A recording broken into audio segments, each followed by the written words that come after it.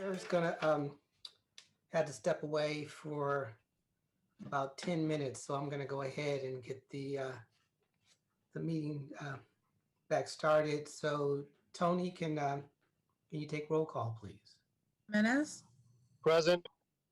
Morales, Here. Cohen, Here. Roscoe, Here. Davis, Here. Esparza, Here. Arenas, Foley, Mahan, Here. Jones, Present. Ricardo. Thank you. Okay, on to item 8.1, hazard pay for retail food workers. Councilmember Foley has recused herself from this item, and she will return after this item is completed. I divested myself of the stock that could potentially cause a conflict, and so I do not need to recuse myself from this item.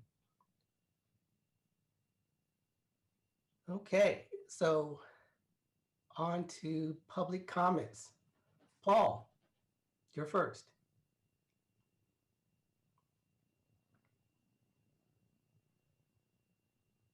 Yes, Paul Soto from the Horseshoe. The entire process was tainted, to be quite honest with you, Vice Mayor. Just divesting yourself. Okay, now I don't have an interest, but yet I had to give that little song and dance that you gave last week and then pulled back.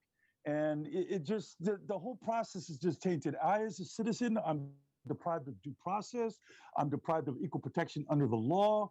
You know, there's a lot of constitutional issues that were violated last week.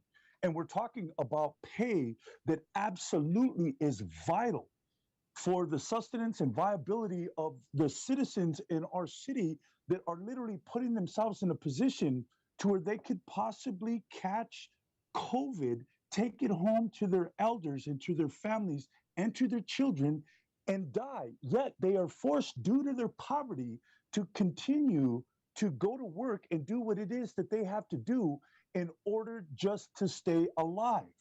Okay, and you're creating this kind of dissociation from that from that, which is a moral issue.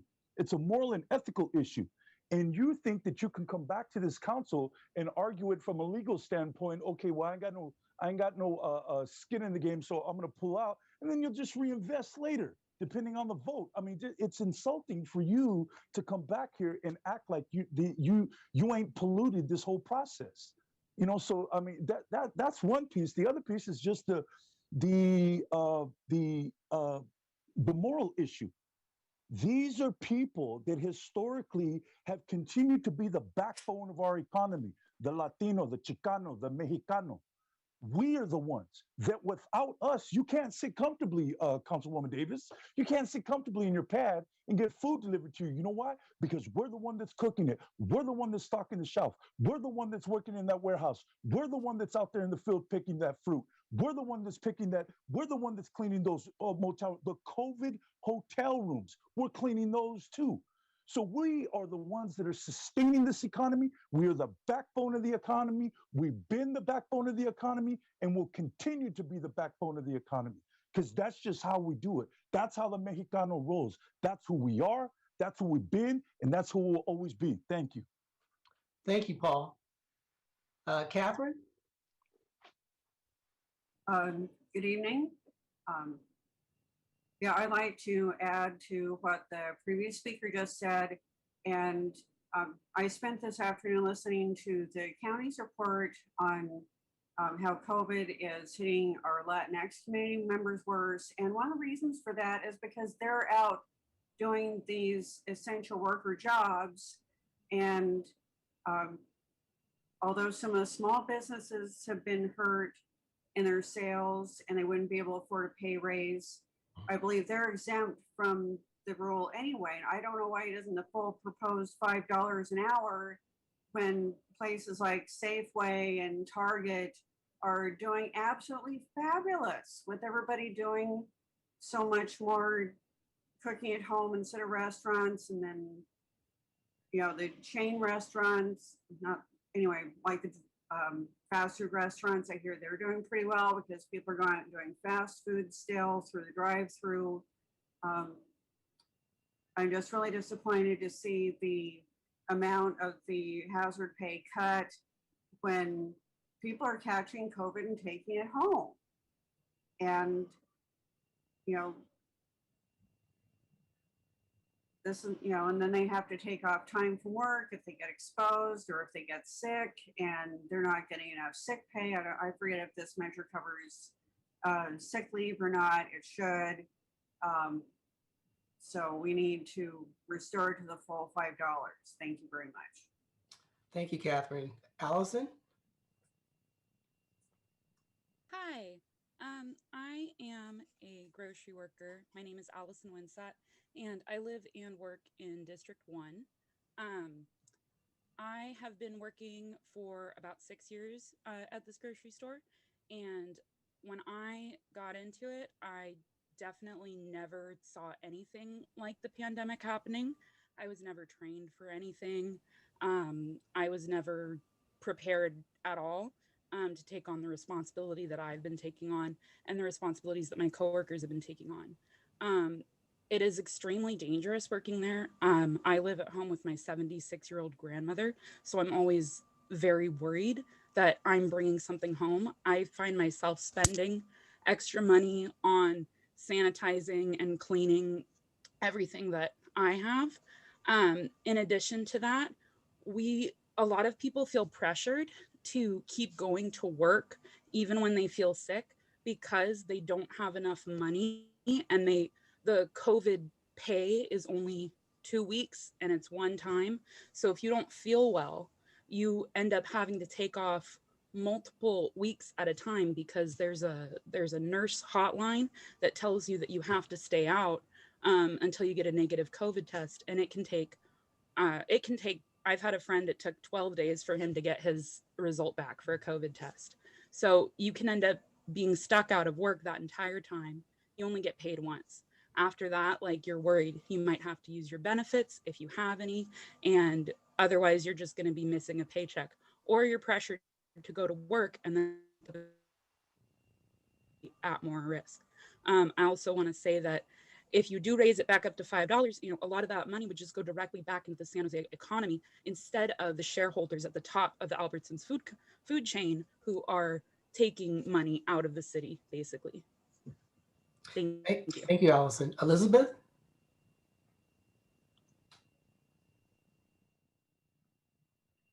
Hi, council members and mayor. My name's Elizabeth Kamya. I'm on the executive committee of the NAACP branch here in San Jose, and I'm the chair of labor and economic development.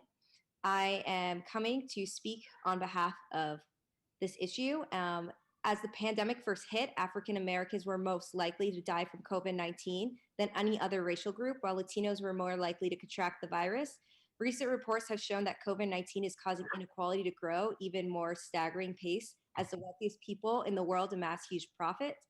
People of color are working these frontline jobs to provide for their families, and they are doing so knowing that they could contract COVID at any moment and miss 2 weeks of work. They take this risk because they have no other option. Hazard pay could provide relief during these trying times, and we must do the right thing and protect these essential workers who continually strive to get up every day and ensure that we get the services we need. Mayor Liccardo and Councilmember Davis and Mahan, I want you to question your privilege. You are white. You don't have to worry. You are white and privileged, and you don't have to worry about putting food on the table for your families in the same way as a person of color who is working a minimum wage job. You don't have to fear contracting COVID in the same way as an essential worker who's living paycheck to paycheck. You can sit comfortably knowing that if you contract COVID, you can use sick leave and return back to work.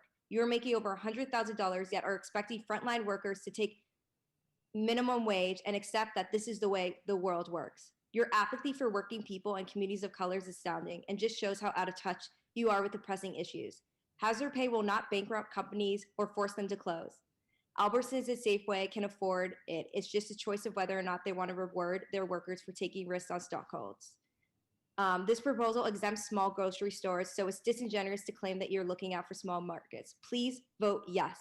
Thank you for your time. Thank you, Elizabeth. Blair?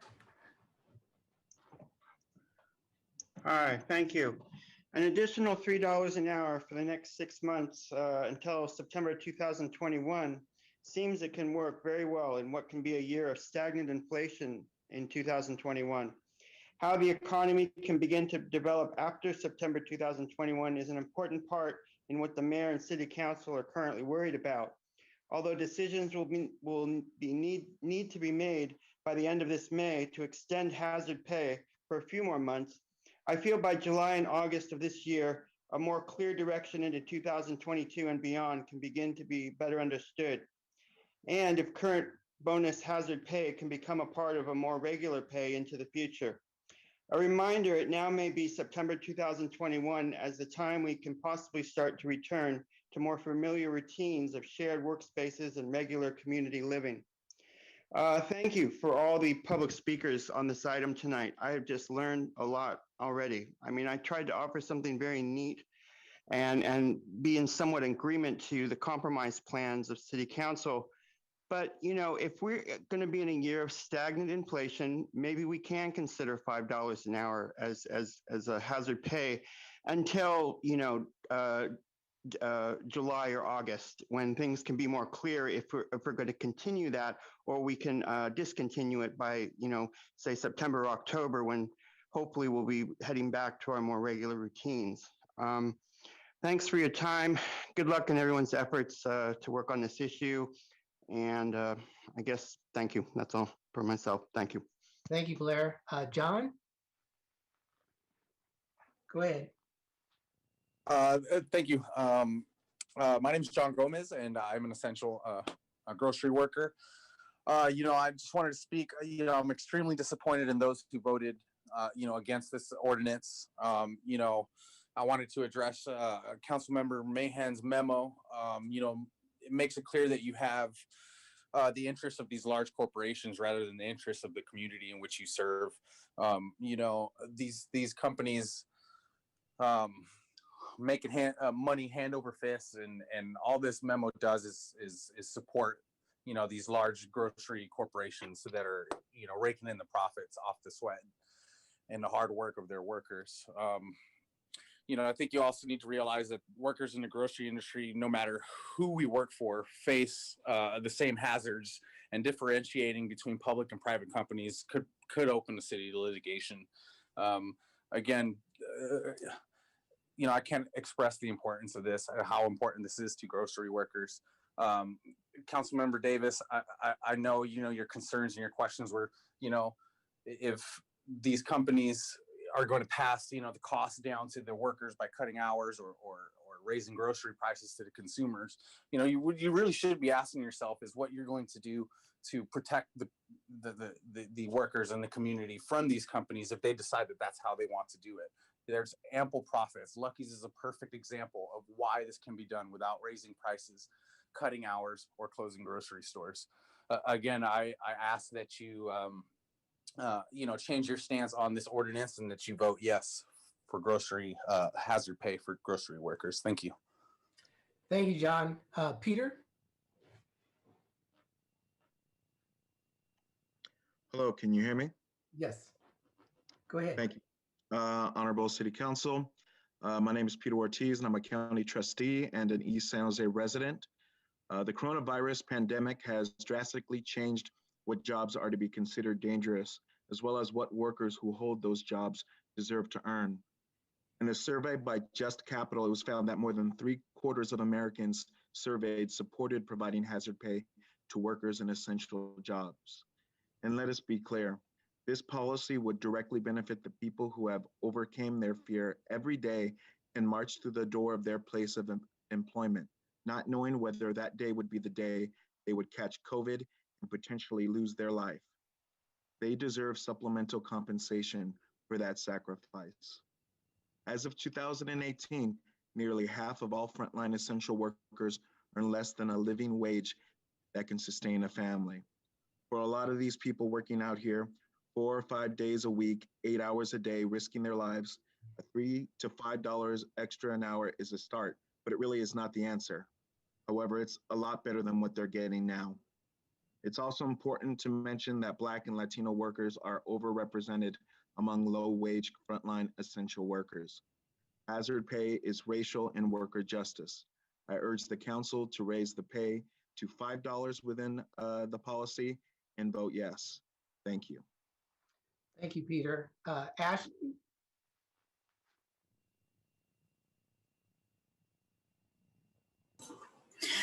Good evening. My name is Ashley Hoffman from the California Chamber of Commerce, here today on behalf of our members, as well as the more than 20 local chambers of commerce that have signed on to our letter respectfully opposing this proposal. There are now at least 16 cities or counties considering these mandated pay increases of between $3 to $5 per hour for grocery workers, and that number is growing. While these workers are, of course, essential and we've all depended on them greatly during this pandemic, these proposed mandates stem from assumptions perpetuated by the Brookings study about grocery stores' profits throughout the pandemic. Grocery stores historically have operated on razor-thin margins. The average profit margin is about 1.4%. During the early months of the pandemic, some saw those margins slightly increase to about 2.2%, but according to a more recent study, profit margins have since fallen back to pre-COVID numbers, something the other study does not mention.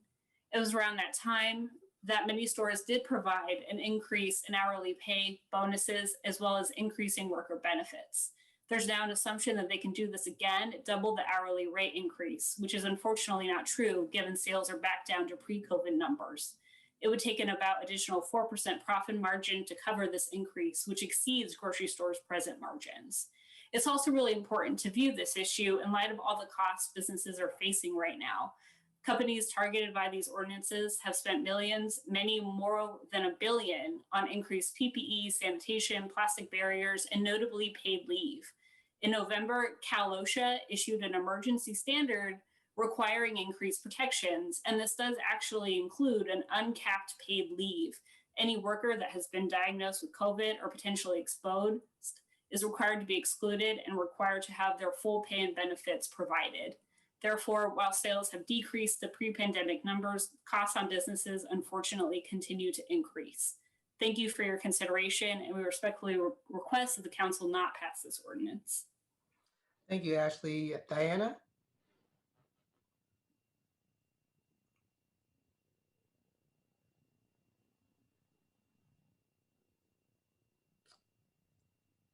Hello, can you hear me? Yes. Excellent, thank you. My name is Diana Zamora Marroquin. I am the Senior Director of Political Strategy and Operations for the South Bay Labor Council. We represent more than 100,000 members and their families, many of whom are directly impacted by the decision you are going to make today. For nearly a year, the increased risk of becoming severely ill or dying from COVID-19 has been looming and continues to be a constant threat for retail food workers who day in and day out put their lives on the line. They have interacted with thousands of people and then go home to their families. They have young children at home and elderly parents. They interface with consumers, some of whom might not want to follow the rules and have no regard for their safety. These workers deserve better. By going to work every day and keeping food on our tables, grocery workers keep those of us who have the privilege of working from home safe. Hazard pay for retail food workers is a benefit that should have been adopted at the start of the global pandemic. Opposing or delaying hazard pay is shameful and immoral. Mayor Liccardo and council members Mahan and Davis, support essential workers, prioritize people over corporate special interests, and vote yes on hazard pay. People's lives hang in the balance and they cannot wait one more day for hazard pay. Thank you. Thank you. Matt?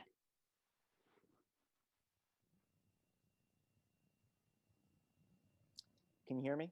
Yes, Okay. go ahead. Thank you, Mayor and City Council. This is Matt Mason. I'm the union organizer for IFPTE Local 21, who represents over 800 city employees, and we are speaking on behalf of council members Jimenez memo and in solidarity with the hardworking essential grocery store workers in San Jose. This is a racial equity issue. African Americans were more likely to die from COVID-19 than any other racial group, while Latinos were more likely to contract the virus. Recent reports have shown, as an earlier caller has said, that COVID-19 is causing inequality to grow at an even more staggering pace as the world's wealthiest people amass huge profits. People of color are working these frontline jobs to provide for their families, and they are doing so knowing that they can contract COVID at any point and forced to miss 2 weeks of work. They take the risk because they have no other options. During the spring and summer of 2020, it was popular to see hashtags and posts thanking healthcare, grocery store, and delivery workers for doing a job we all needed as we sheltered in place. Although I appreciate the movement by Councilmember Mahan with his recent memo, only Council members Jimenez memo on this ordinance will provide guaranteed relief of the grocery store workers during these trying times. Hazard pay will not bankrupt companies or force them to close, and there is an exemption to protect the small grocers having under 300 employees nationwide. This is not about whether big companies like Amazon and Whole Foods, Albertsons, Safeway, or Kroger can afford it. It is a choice on whether they want to reward these workers for taking the risk of providing an essential need to help keep the rest of us safe, or reward their stockholders who have profited during the pandemic. We must do the right thing and protect and support these essential workers who continually strive and get up every day to ensure we get the services we need. Thank you very much. Thank you, Matt. Brenda?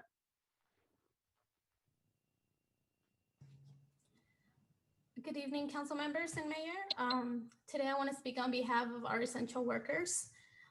This isn't a game of Uno where you can throw the reverse card and create your own plan to Matt Davis and the mayor. I respectfully ask you guys to support our essential workers who have not only put their lives at risk, but a lot of them had no option but to show up to work because they have to feed their families. A lot of these people aren't privileged enough to choose between staying at home, like you guys are all at home right now, instead of gathering together in a meeting, right? You're at your comfort at your home and safe. These are our heroes that we call and we make signs for. They deserve hazard pay. They deserve that extra pay to make sure that they can feed their families as well. The more we have, the greedier we become as corporations like Amazon, and we've seen it over and over, and other big companies like Whole Foods and several others. Today, I want to ask you guys to please pay them what they deserve. They worked for us, and if it wasn't for them, you guys wouldn't have groceries at home. A lot of markets and stores have profited with COVID-19 because I don't know if you guys have noticed, but we eat more when we're at home. When we're depressed, we eat more. So a lot of stores have profited from this, and they deserve to pay their employees hazard pay. So today I urge you guys to support our essential workers, our heroes, and support Jimenez's proposal. This isn't Uno game. Don't throw the reverse card and try to do it what you think is convenient. Thank you. Thank you, Brenda. Miriam?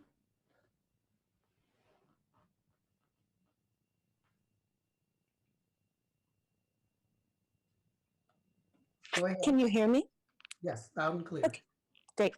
My name is Miriam Sachs Martin, and I represent the 3,000 member feminist community, Together We Will San Jose, in urging you to approve hazard pay for retail workers at the $5 an hour mark. It's staggering to me that in a community as wealthy as ours, we're dickering over whether we can provide this modest wage increase to our most vulnerable and valued workers as they face daily threats to their wellness and their lives in the middle of a pandemic. Really? We're one of the most wealthy communities in the country.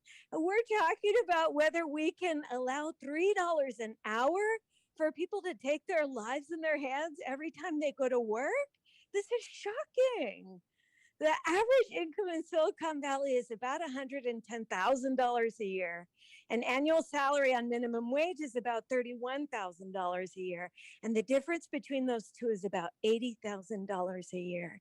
And I'm asking you, if you're voting on this, if you're listening, what side of that divide are you on? And can you see your neighbor on the other side of the divide? If you're on the wealthier side, your life depends on their labor. And if you're on the less wealthy side, their life depends on your decisions tonight. This is such a small amount. Don't be miserly. Think about this astronomical gap in wealth and do the right thing. Please vote yes on this at the $5 mark. Thank you for your consideration. Thank you, Miriam. Maria?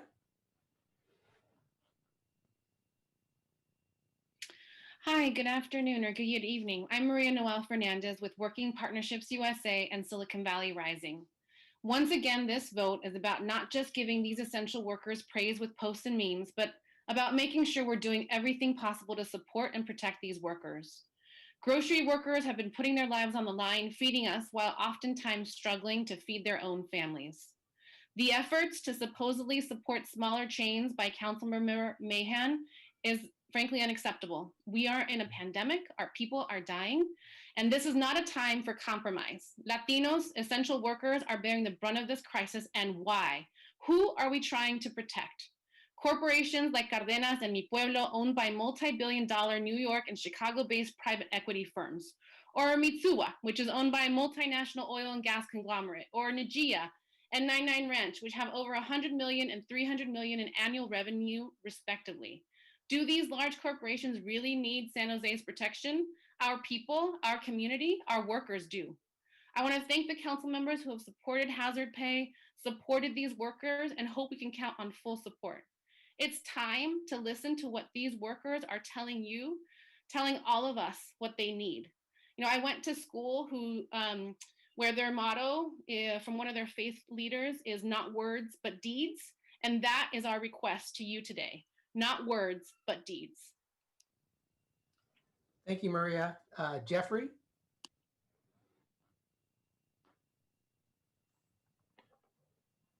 Good evening, Mayor and Council. On behalf of Working Partnerships USA, wanted to support the ordinance before you and to raise a couple of issues that I think is important to consider.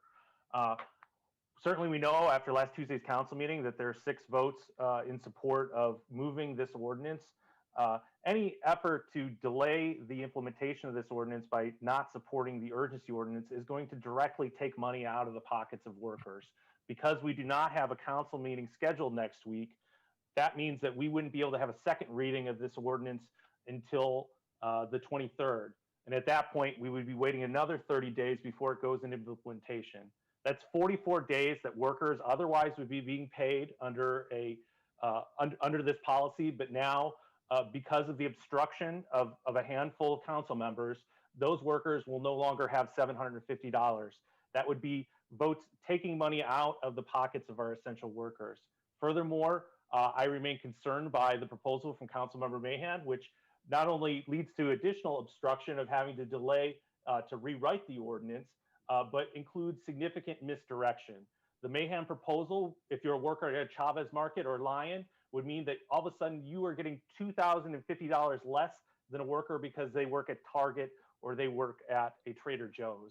That kind of discrimination does not serve a public policy purpose. Companies like Cardenas and Mi Pueblo are owned by private equity firms with net values over $200 billion. Mitsawa Market is owned by a conglomerate with over $4.5 billion in revenue a year. Others have stated for some of the other examples that Mr. Mahan cited in his proposal, these are giant companies. San Jose should not be protecting them. And certainly we shouldn't have to rely on a system that the county doesn't have to track the vaccinations of individual grocery workers to try to implement this complicated system to protect a handful of large corporations and private equity firms. Thank you. Tanya Vargo? Hi, can you hear me? Yes, we can. Welcome. Hi, good evening, Mayor and City Council. My name is Tana Vargo. I'm a researcher with Unite Here Local 19, the Hospitality Workers Union. Hospitality workers stand in solidarity with the retail food workers who deserve hazard pay for having to risk their lives just to pay bills and keep a roof over their head. Many of our laid off members have taken jobs in food retail since the start of shelter in place, when overnight the majority of workers in the hospitality industry found themselves out of a job and unsure how they would put the next meal on the table. Large grocery stores were some of the first places to do mass hiring at the start of shelter in place because it became immediately apparent that these workers were essential. I remember in the early weeks of the pandemic, before the death toll in our county really started to skyrocket, one of the first COVID-related deaths I ever heard about was a grocery store worker who worked near my house in San Jose. These workers are long overdue for hazard pay. Opposing or delaying hazard pay to the people who have put their lives on the line to feed our families is shameful. It is time to stop obstructing and support essential workers by voting yes on hazard pay tonight. Thank you for your time. Thank you. Cindy Cepeda?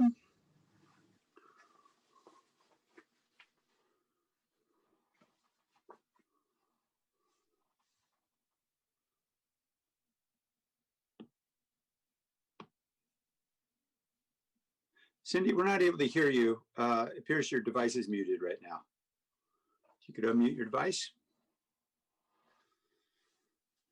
Cindy, we're still not able to hear you.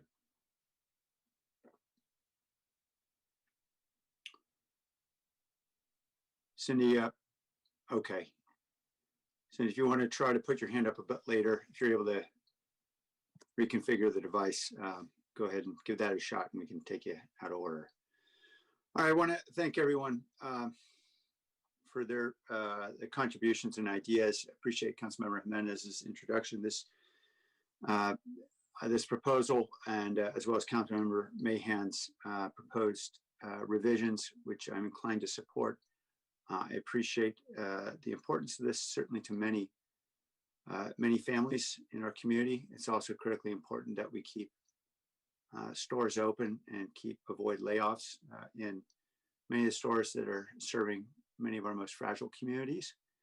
And I think a segregation of based on public ownership makes sense. That is a distinction between those large corporate entities that tend to operate in more profitable markets and the stores that, as we know, serve many residents who would be critically without a grocery store should they close, as the two in Long Beach have, and an awful lot of folks would be left without jobs. And so we want to do this in a way that's careful. We haven't had the benefit of any staff analysis of any of this. There's been no economic analysis whatsoever. So it's important for us to understand how we can tread carefully in this, as we're trying to support essential workers at the same time. We're also trying not to do harm to those essential workers in stores that may be quite marginal. And what we know about the industry is that margins are typically less than 2% on average, a little more than 1%. And during the so-called boom of the pandemic, when many have cited the large profits that many stores made, that profit margin may have doubled to a bit more than 2%. That's still a very narrow margin, and it's still one that leaves stores that are operating in less lucrative areas, less profitable areas, leaves them very much in a fragile position. And what I know from my own conversations and what my staff's conversations with store owners, including store owners that were not subjected to Councilmember Jimenez's original proposal, because it already exempted stores beneath an employee threshold, they told me, look, yeah, we've got stores that are doing well. We have stores in neighborhoods that are struggling right now and they're not doing well. And we'd be inclined to close them if we were subjected to this ordinance. And those were, by the way, store owners, again, who were not subjected anyway. They were simply speaking candidly about the impact here. So that's why I support the memorandum that's been crafted by Councilmember Mahan. I appreciate his efforts. Councilmember Mahan.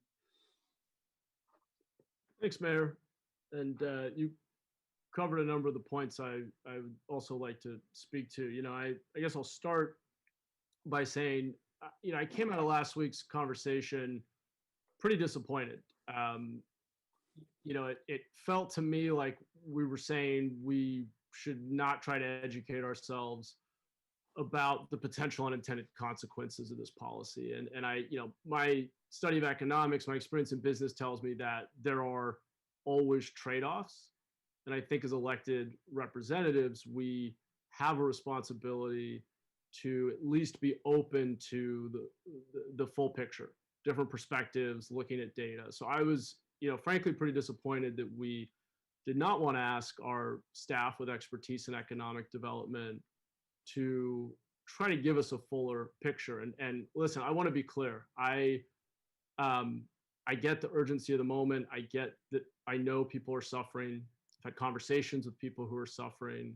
I find the stories incredibly compelling and want to help people. And I know that's where the intention, that's certainly where this is coming from. And I hope we can get to a place tonight where we can move it forward. But again, I think we have a responsibility to look holistically at the common good and to at least be honest with ourselves that any policy we implement, no matter how well intentioned, no matter how well targeted, will have trade-offs. It is just a fundamental truth that there are always trade-offs. And we likely will ultimately decide, in this case, that the benefits outweigh the costs. But I think we need to be, I just hope going forward that we're willing to have that conversation. And again, I understand we're trying to move quickly. I understand people are suffering, but I felt the need to make that point. And believe me, I wish it was so simple as this will just come out of the profits of big profitable corporations and shareholders. If it was that easy, I wouldn't have submitted a memo. I wouldn't be talking right now. I would just be calling for the vote. But I just know that it's not that simple. So a couple points I'd like to make. One is, actually, I'll start with just a couple thank yous. I want to thank the mayor and his team and who I'm in a Brown Act with, and particularly Kelly Klein, for investing considerable effort. We didn't have city staff resources for this, but Kelly and others invested time in reaching out to local grocers, helping us understand their financial position, how they're likely to respond. And these are, as the mayor and others have said, in at least one of our public comments, we're not talking about Amazon and Target here. In fact, the memo I've put forward keeps them subject to the ordinance. We're talking about the local and regional and ethnic chains where many of the stores are operating in those low single-digit margins. That's a fact. I wish they had 40% profit margins. I'm sure they do. It'd be a very different conversation if they did. This is a fragmented, competitive marketplace. These are low-margin businesses. And the truth of the matter is, this isn't just going to come out of some fat profit margin. This is mandating immediately a 20% increase in labor costs, roughly. And so that means higher food prices. At some of the very stores, that 300 employee threshold that's currently in the ordinance is pretty low. That still includes Chavez, Cardenas, Lion, Mi Pueblo, Mitsuwa, Najia, and a handful of others. I won't list them all, that are not public companies and that are going to be likely to increase food prices. We also know, and this is something that I just learned in the last week as I dug into this deeper, that the state has an anti-price gouging rule that means that in addition to food prices going up, once these stores hit their annual cap in terms of how much they can increase food prices, if they need to get to break even, they're going to be looking for other ways to cut costs. And that's where the concern about cutting shifts, cutting jobs, converting full-time into part-time workers. I mean, these are the real world trade-offs that businesses with thin margins make in real time in response to policy change. It's a fact. It's not speculation. It's not an emotional argument. It's just facing the reality that our policy decisions have real world trade-offs. And we should be honest that there are benefits to this policy. There also may be costs. And my intention here is to try to maximize the benefits while minimizing the broader costs. So I also want to thank, and I will get to summarizing my recommendations in a moment. I also just want to say I'm grateful to council members Cohen and Davis, also in our Brown Act group, for being willing to just have an open and honest dialogue about what we're hearing, what the trade-offs are, and really, again, how we maximize benefits while mitigating potential costs, the kind of spillover effects we don't want to see. And hopefully one of those is not the closure of a store. One of the things we heard this week that's particularly concerning to me is that the store, when a chain with 10, 20 stores regionally, which yes, may have $100 million in revenues, but that's not profit margin. When they look at their portfolio, they're going to cut the underperforming stores if they need to increase, if they need to make up for a big increase in costs. And that underperforming store may be in San Jose, but more likely it may be in an even more vulnerable community. It may be down in Watsonville where I grew up. Maybe that's their lowest performing store at this point. Wouldn't that be terrible that while we target a pay increase here, we are responsible for a store closing in an even more vulnerable community? So I'm just saying, I'm not saying that that's exactly what's going to happen. We don't know is the truth, and we've done very little analysis, but the truth is that there are trade-offs. So I appreciate my colleagues being willing to have an open conversation about that, to acknowledge that there are trade-offs, to at least think through how we may mitigate some of these. So let me get to the recommendations, because I've gone on for quite a while.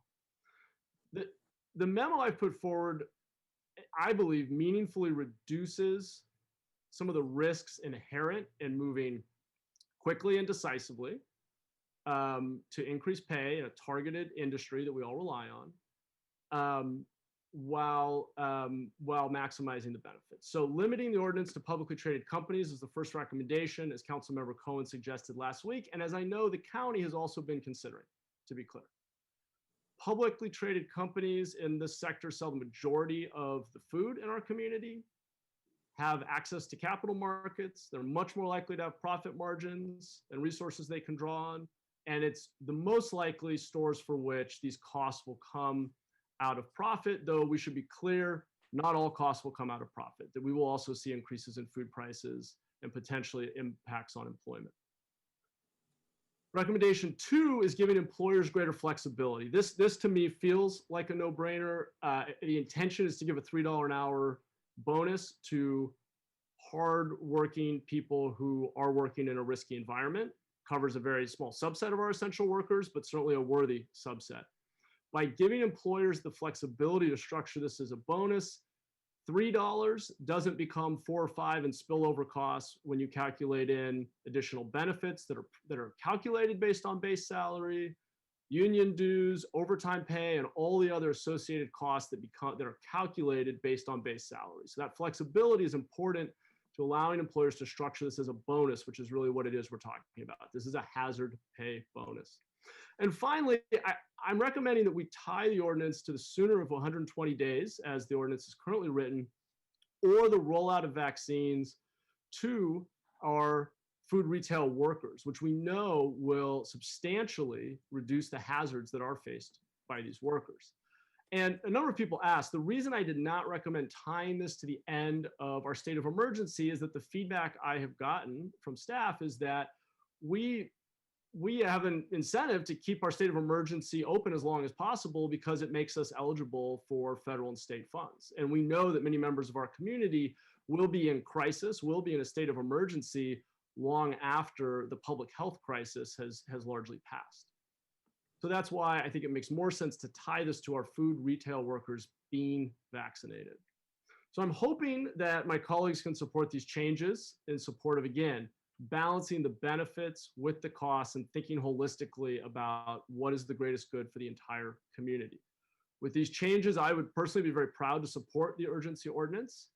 And I think we'll be in a position to help the majority of our food workers, while food retail workers will still minimizing unintended consequences that we frankly know very little about. With that, I'd like to move my memo, which approves the urgency ordinance with the 3 changes that I have just outlined. Thank you, Mayor. Second. Second from Councilmember Davis. Councilmember Menace? Mayor, can you hear me? Yes, we can. I'm actually driving at the moment. If there's someone else in line to speak, if they can go before I could, please. Sure. Yeah, we'll come back. And then, just okay, raise your wonderful. hand. Thank you. Raise your hand when you're ready. Councilmember Thank Cohen? you. Thank you, Mayor. And let me just first start by saying that last week I made some suggestions that were included in the motion to consider some changes that were included in Councilmember Mahan's memo, and I just want to talk about those for a minute.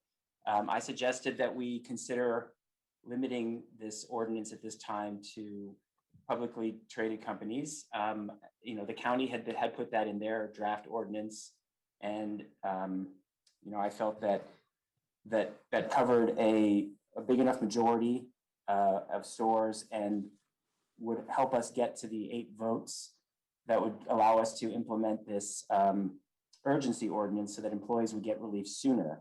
In addition, I felt that the flexibility piece, while it might help us get to the 8 votes, I also felt like Councilmember Mahan that was more of a question of how employers might feel the flexibility would be benefit both their employees and their ability to implement this in a way that's easier for them or beneficial to their employees. I mean, for example, I know many companies in this area last year periodically gave bonus pay to their employees who would put themselves at risk or who, because of the circumstances, had faced hardship or just because it was difficult times. And I thought, I apologize, I did intend to turn on my video when I spoke and I just realized I didn't. Anyway, so I thought that flexibility, offering companies the flexibility, as long as it was an equivalent dollar amount to the $3 an hour, was a reasonable thing to offer the businesses as part of this. But I thought that the motion might get us to the 8 votes, and it was a question of the trade-off between immediate implementation of getting us to the urgency ordinance versus the 44-day delay that would result from having 6 votes, would delay employees getting the relief that we were trying to achieve here. And so the real question I have, and I understand I've heard arguments on both sides about limiting this to publicly traded companies versus not, and I support this either way. I mean, I'll vote for this whether that's in the final proposal or not. But I have erred on the side of wanting to get relief and extra money in the hands of our grocery workers as soon as possible. So I have been leaning towards supporting the putting in the publicly traded piece in order to get the support of my colleagues so that we could get this in their hands sooner. But I'm interested in hearing what the rest of my colleagues say about it, before coming to a final conclusion about where I'll vote on that. I do not support the third piece of Councilmember Mahan's memo, and as part of our Brown Act discussion yesterday, I did explain this to him. I don't think it's practical, first of all, to tie this to vaccines. I think, first of all, we know that until we've reached a certain level of vaccines in the community, that our community isn't necessarily fully safe. We can't say that just because certain workers have been vaccinated, certain people have been vaccinated, that being out in the community is completely safe. We also don't necessarily know, it's going to be hard, I think, for us to know when workers at all of these stores have been vaccinated or not. And the other piece for me is that, we're doing this in order to recognize the sacrifices that these workers have been making and not having been getting this extra pay for all these months. So even in my mind, if we get everybody vaccinated in these stores by the end of April, for example, from January through April, that's 4 months, and 120 days being 4 months, we're not going to get this started until March 1st. So even if we go past the vaccination date, we're still really paying for the 4 months from January to April. So to me, trying to limit this because of the vaccination doesn't really make sense. I mean, we ought to, if we're doing this to reward the hardship that grocery workers have gone through, let's stick with the 120 days and not try to set any additional potential ways of taking money out of the pockets of these workers. So I'm not in favor of that part of the memo. I do have one question now for staff. I mean, there was a comment from one member of the public about making these changes now would delay implementation because of having to rewrite the ordinance. Is that true, or if we make the motion now, does that get incorporated in the ordinance, and does the ordinance still get approved with the same timeline? I think that's probably a question for me. Thank you, Council Member. And we would, if there are changes to the ordinance and they're clear enough that they can be included in the ordinance as drafted, we would do that. And so it could become effective tomorrow. It wouldn't happen tonight. But so it wouldn't necessarily change the timing of the ordinance to make a change to the ordinance that as proposed tonight. If it ends up being an urgency, enough, yeah. Right? If it's an urgency, yeah, okay. The other question I have is on section 7. There's a section 7 in the ordinance says no covered employer shall, as a result of this ordinance, take any of the following actions. 1, reduce a covered employee's compensation, or 2, limit a covered employee's earning capacity. So there's been concerns raised by other council members about whether hours would be cut for employees because of this ordinance. This seems to imply to me that the ordinance says that you can't take an action to limit an employee's earning capacity. Does that suggest that they wouldn't be allowed to cut hours because of this ordinance? I mean, do we have the ability to make that requirement as part of this ordinance? Councilmember, that's the intention of that section. They're based on other ordinances in the state, and the concern that perhaps there would be an employment implication. That section is included. The city will not be enforcing in an enforcement role. So it's a question of enforcement or not, but the intention of the ordinance is to say, right, you know, we're not, you know, businesses can't just retaliate or reduce hours in order to save the money that it will cost them as a result of this. I just wanted to point that out, that is written into the ordinance to say that, you know, we can't have hours cut just because businesses are trying to recoup the money that they spend as a result of the ordinance. Okay, so my last point is, you know, last week at the at our study session on Friday, we heard from Pancho Guevara in his comments, and I think Councilmember Foley, who's not here right now because she recused herself, but she highlighted that he spoke about needing courage during times like this. And to me, this is one of those moments of a question of whether we have that courage. Are we going to stand up and do what we think is right in a case where it might be difficult, in a case where there's people pushing back against us, in a case where we're being told there might be consequences to your action.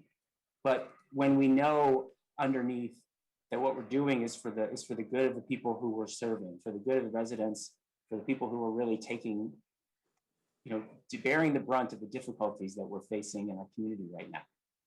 And to me, this is one of those moments of courage. And we need to stand up and say that times are tough and we have to help people get through these times. And I think this, you know, Councilmember Jimenez did a really good job of crafting this ordinance, and, you know, better than some other cities have done, putting the 120-day time limit in there so we can see what the effects of this ordinance will be, gives us a chance to look at this and say, what are these effects? It's hard for me to believe that any stores are going to say, you know, because of 120 days of having to spend more to help our employees, we're going to shut down a store and go through the effort of restructuring our business because of 120 days of having higher expenses. We're gonna, while other businesses in our city and small businesses particularly have struggled and taken out loans and fought to keep their businesses going, it's hard for me to believe that for 120 days, these businesses are going to go under, or they're going to not fight to keep these stores open. Now, having said that, we know some stores close periodically because of difficult conditions, and I'm going to give an example. There's a Safeway in my district that I think is on the edge of being profitable, is on the edge of being a store that people in my district like shopping at. People in my district talk all the time about finding any other store other than this Safeway to shop at. It's probably one that Safeway would eventually close. And there's a new Safeway being built 1.5 miles down the street next to the Berryessa BART station. It's going to be a nice new fancy Safeway. I suspect in the spring when we cut the ribbon on that Safeway may consider closing the Safeway at Capitol and Berryessa. And they're going to probably tell some people that because we have this ordinance in place that increased the salary of employees for these months, that they couldn't keep that store open. But I will tell you that the reason they're going to close that store is because of long-term issues with the size of that store, the problems that they've had at that shopping center, and the fact they couldn't build that store into the modern store that people expect from a Safeway these days. But stores use the excuse of what's going on in these kinds of situations to try to convince the public that they've been driven out of business by decisions made by the city council. So we have to be careful when we allow businesses to tell us that they're being driven under by decisions like this. And we'll have to, so these are situations that demand courage from us to stand up and say, we want to do what's right for our people, even if there might be businesses telling us that there's going to be consequences. I think this is a time to help frontline workers who have been helping us through this pandemic by working at these grocery stores and do the right thing. Now, the question for our council will be whether the rest of our fellow council members are willing to get us to an urgency ordinance so that our employees are helped as soon as possible, or if we have to make these suggested changes in order to get there, or if it's okay to wait 44 days to help workers a little bit later. And I want to hear the rest of my council members on that. Thank you. Thank you. Councilmember Perales?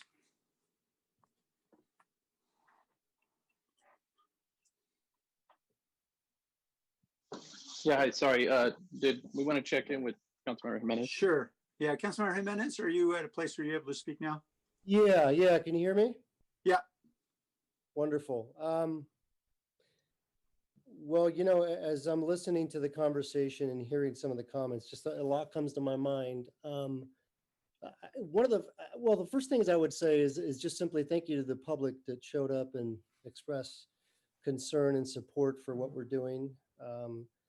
I think one of the things that I was reminded of, and I wasn't necessarily going to mention it, but I know it's been thrown around, and I think Councilmember Cohen touched on it, is this stores that are potentially on the verge of closing anyway because they're underperforming, and then companies using the rationale of the passage of this ordinance to suggest to the residents that that's the reason it happened. And the reason I mention that is my understanding, that's exactly what happened in Southern California. And I think time and again, that's been brought up as sort of this doomsday scenario that is inevitable, that will happen if we pass this. And so I think it's important just to point that out, that those stores that closed in Southern California, the information I've seen suggests that they were due to close already. They were on the chopping block.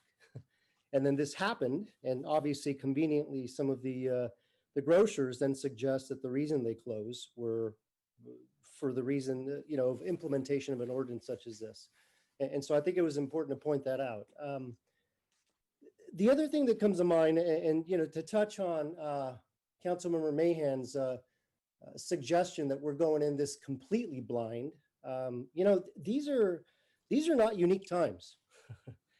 I think all of us can attest to that. These are not unique times. People are in crisis. People are hurting. But there's some corporations doing just fine.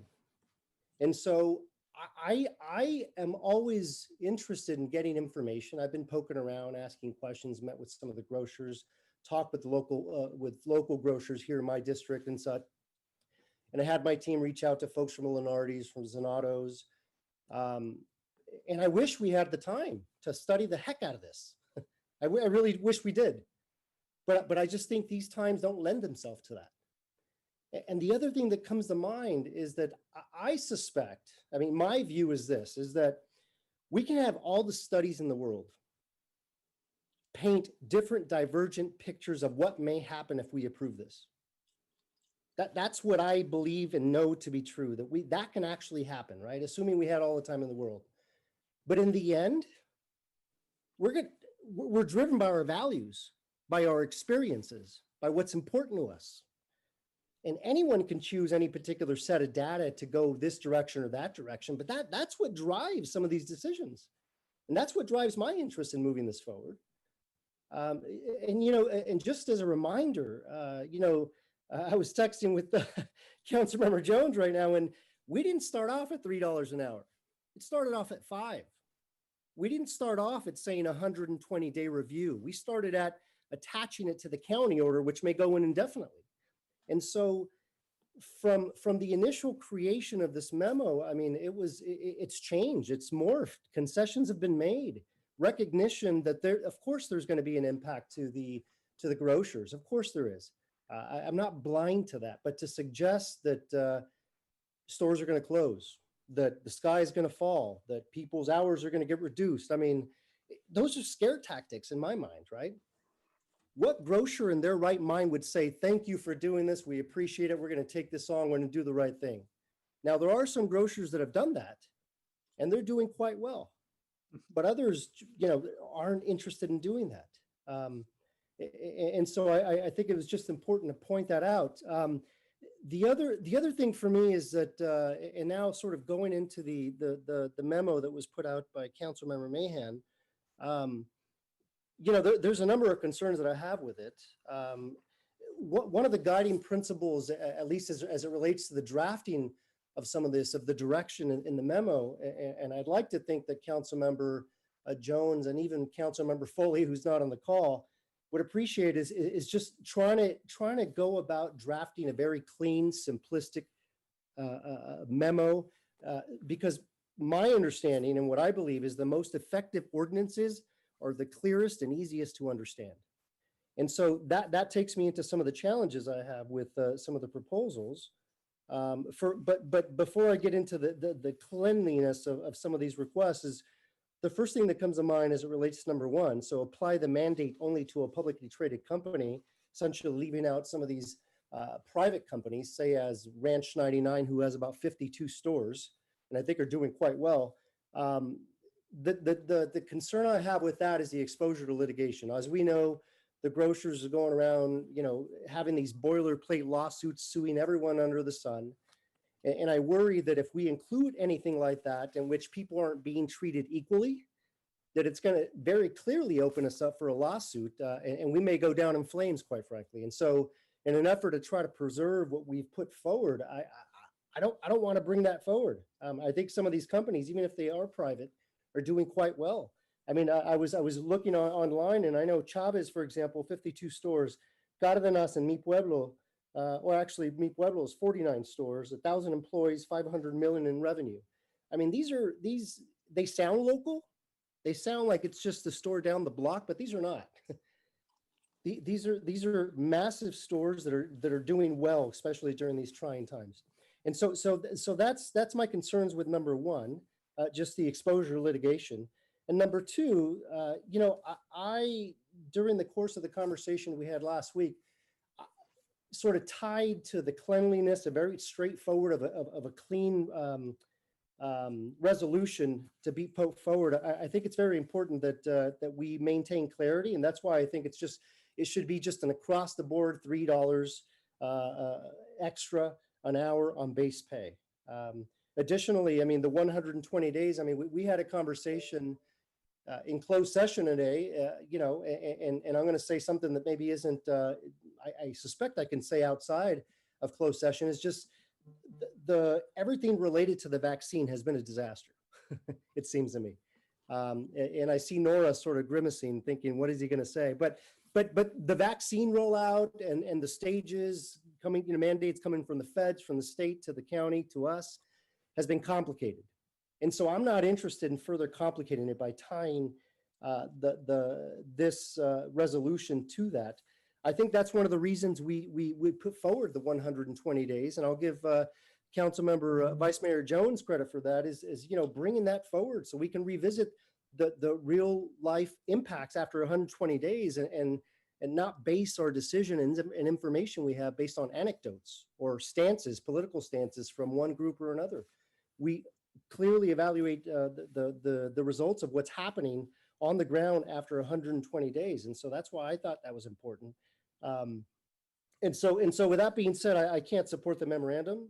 I think, I certainly want this to be implemented as soon as possible. And I would have desired that we as a council could have mustered the courage to put forward an urgency ordinance, but I suspect that if we don't accept these recommendations, the urgency ordinance is not going to have enough votes.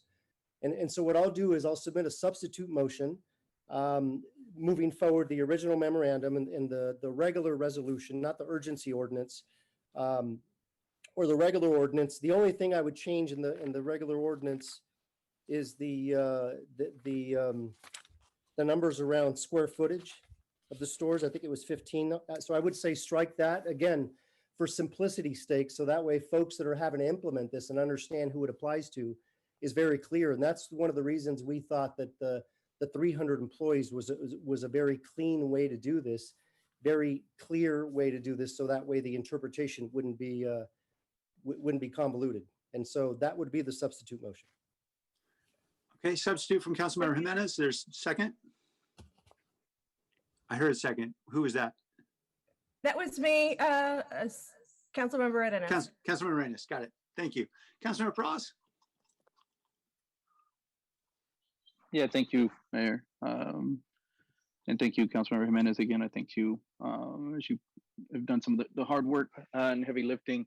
And I will be able to support this motion. I think, unfortunately, sort of watered down yet again, at least in the timing of what we have an opportunity to do today with the urgency ordinance. But I understand we're not going to be able to count to 8 in this regard, so I can support that motion. I just want to make a few statements. So, number one, let's talk a little bit about Long Beach, since that's made the news, and obviously it's made a memo today, and I think it's a talking point for individuals. We know Kroger announced that they would be closing 2 stores, and they specifically and in the news indicated it was due to the $4 hazard pay that Long Beach passed. I happen to have a colleague that works on the Long Beach Council through the League of Cities. So I reached out to him personally to try to get some further details that we may not see in a quick news snippet. And he informed me that at least one of the businesses, specifically the Food for Less, had publicly been noticing that they were on the brink of closure for the last few years. And that is because within just the last 5 years, they've had 5 new big box grocery stores open up nearby. Like Councilmember Cohen stated, he has a similar development where we'll be cutting a ribbon on an opening of a Safeway on Berryessa. And I'll say that I regularly, almost every 2 weeks, go shopping at the Safeway on Berryessa and Capitol. And every time I drive down there, I drive past the new Safeway that's still being completed. And the one on Capitol is 3 miles from my house, and the one by the flea market is 1 mile. That's an easy decision for me. I will be going to that new Safeway. It's also going to be an easy decision for every single one of my Northside, Japantown, Roosevelt neighbors.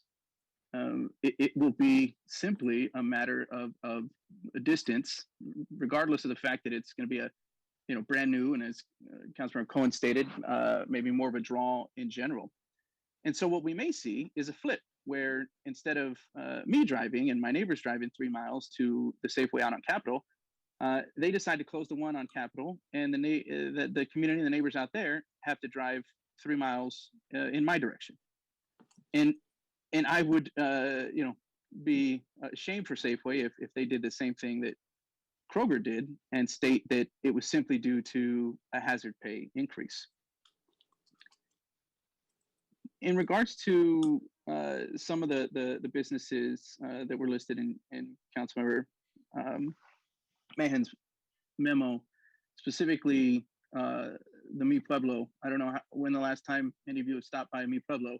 I used to go all the time to the one downtown, but they haven't existed in San Jose for a couple years. Ever since Kohlberg, Kravis, and Roberts purchased them and Cardenas and merged the 2 of them under the Cardenas name.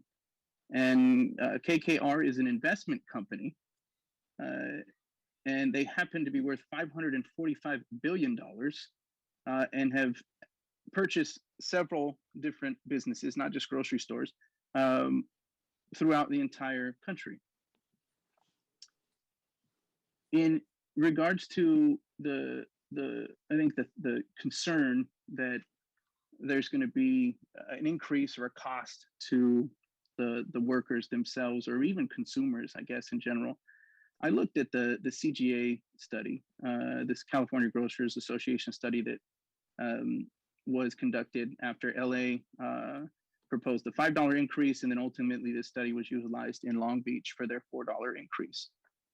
And they came out opposed to the hazard pay increase, and one of the reasons why their study showed there could be a possible increase to consumers as much as $400 a year for your average family of four. So the groceries of a family of four, potentially as much as $400 a year. And mind you, that was analyzed at an estimated $5 per hour increase. You do the math for that, and $400 per year increase in groceries comes out to just under $7.70 per week. Or if you shop for groceries every other week, like I do, $15.40 more every 2 weeks. And this to say that this could be the most, as they were stating in their kind of the worst case scenario. A $5 increase, as it was studied, for a full-time grocery worker at 40 hours per week would be $200 more per week, or $400 every 2 weeks, granted pre-tax. But you're talking about the ability of covering what minuscule increase there may be potentially in groceries, even from the CGA study themselves, in a matter of 2 weeks, if not maximum 3 weeks, covering the difference there. So even the CGA study itself doesn't point to some sort of astronomical, I think, impact to consumers or even the employees themselves. I personally think we have enough analysis, granted, certainly done quickly, no doubt, and I would agree with some of the comments we've heard, and I made this comment last week where I stated that I too believe we should have been evaluating this much sooner. So if anything, shame on us for not doing that. But that shouldn't stop us now for acting when we know that we have, I think, quite frankly, still in the middle of a pandemic, we have these essential workers that here, unfortunately, in the city of San Jose, we have a number of, as we already know, grocery stores that have on their own committed to this hazard pay without being asked to do it. But we have a number of them that have not. And of all the businesses that have suffered this past year, grocery stores are not at the top of that list. They're not even in the middle. Numerous studies have showed that profits soared somewhere upwards of 40% just in the first half of last year as people flocked to grocery stores. And Kroger specifically, over the first 2 quarters last year, saw a 90% increase nationwide.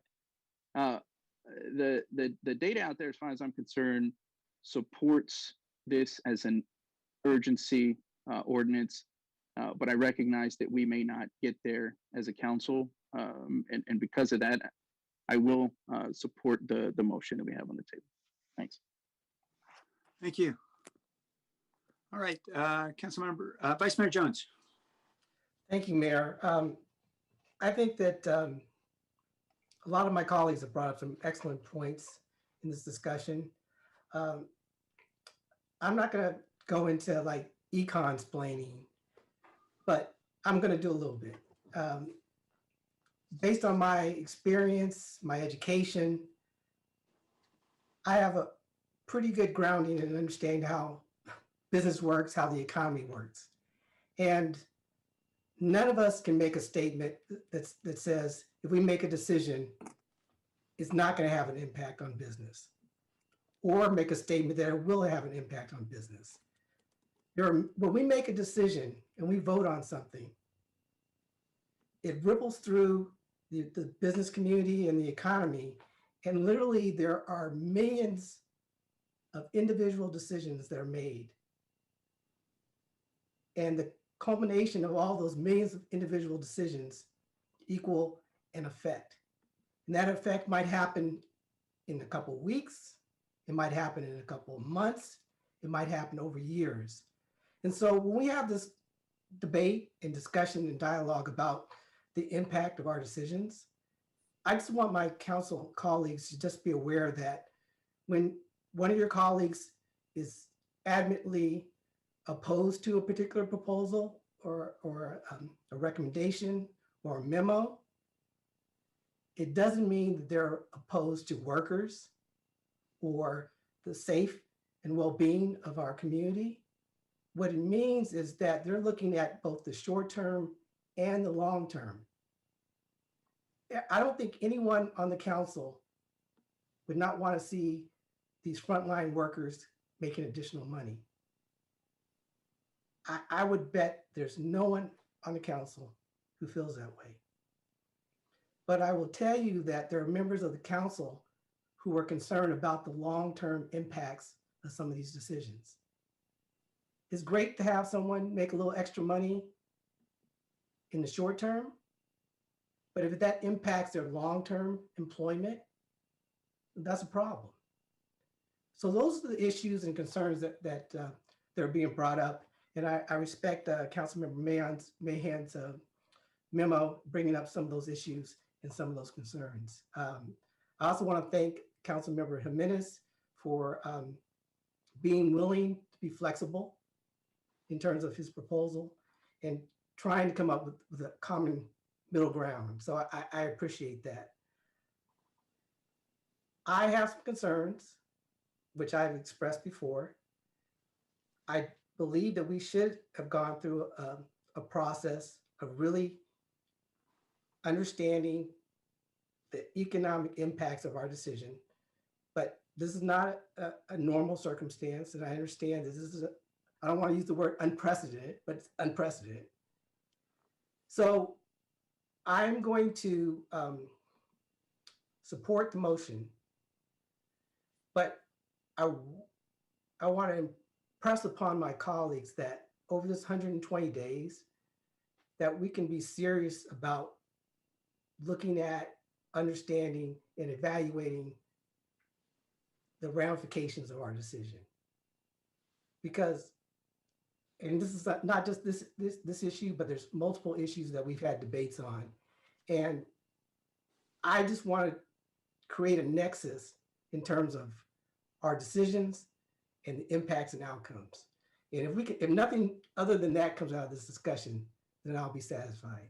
So that's all I have to say. I will support the motion on the floor. Thank you. Councilmember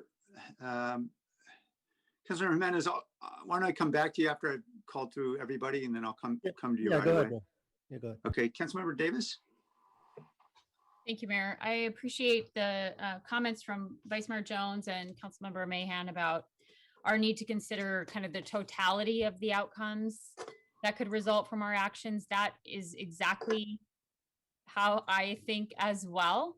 And being worried about not just what happens in the short term, but also how, as Vice Mayor Jones put it, how our decision ripples out and what happens as a result of that is really my concern. I do think that even just in the last week, we've learned a lot. I know I have learned about the state law limiting price increases over the last week, to the point about not having full analysis, or not having, frankly, to my mind, enough analysis to know what those ripples are going to be, or to estimate confidently what those ripples are going to be and how it will all shake out. But Councilmember Mahan's memo does limit the risk of price increases, I think, and while also limiting any possible store closures due to this policy by eliminating the maybe more marginal participants, market participants is the way that I would say it, but the stores that participate in our more harder to serve neighborhoods. And I just want to point out, so kind of as a result of that, I won't be supporting the motion on the floor. If we get to the underlying motion, I'll be happy to support it. One thing I do want to point out, the number of stores that a chain has and the amount of revenue, they can sound like big numbers, but that doesn't speak to the amount of profits or the profitability of those stores. And each individual store, if they're an underperforming store and the market situation changes for that business, then they will reevaluate all of their stores based on the new market conditions. And as Councilmember Mahan talked about, that might mean that a store closes not in San Jose, but somewhere else where that grocery store may be the last remaining grocery store. And come from a state that's very small. Grew up in North Dakota, and I remember when the one grocery store closed in my mom's hometown. And everybody had to drive 45 miles to get to the nearest grocery store after that, which they still do to this day. There's never been another grocery store there. So I just, that really, when that was something that came up as a possibility in the mayor's staff talking to different grocers, that really concerns me. So yes, definitely very concerned about what workers are going through, and also what customers might have to go through to get their groceries. So I think that Councilmember Mahan hit on a compromise that gets at the issue without, while minimizing kind of the risks of negative consequences, from negative ripples from our actions. So I will be happy to support the underlying motion if we get there. Okay. Councilmember Arenas? So sorry. Thank you so much, Mayor. Hold on. I apologize. I have an additional device because I was toggling between devices for connectivity. We can hear you fine. Okay, great. Thank you so much.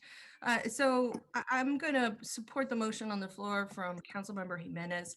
I think you all have heard the reasons from last week.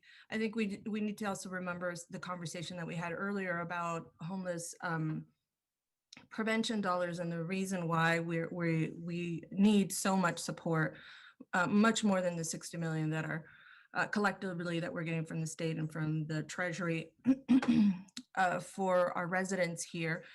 And none of us here on council have been at loss for our paycheck this year. We've all had very stable income coming in. And so I don't know that we can relate to some of those folks who are struggling out there, except via some of our residents who share their stories with us and who open their hearts and are vulnerable with us, and by sharing what it is that they have to do to make ends meet. So primarily that's the reason why I'm supporting this. I think our grocery workers are, it's absolutely worth providing them with some additional pay for that risk that they're taking for all of us. I'd like to see this in more than just store workers, but you know, that's another conversation. I do think that that expanding the exception for stores owned by basically hedge funds will not only is a bad idea, it'll get us sued. So, you know, it's the question really is like, why shouldn't Garden not pay their workers if Safeway has to? And I'll remind everyone that LA and Oakland passed this unanimously, not at $3.50, but at $5. Thank you. Councilmember Jimenez?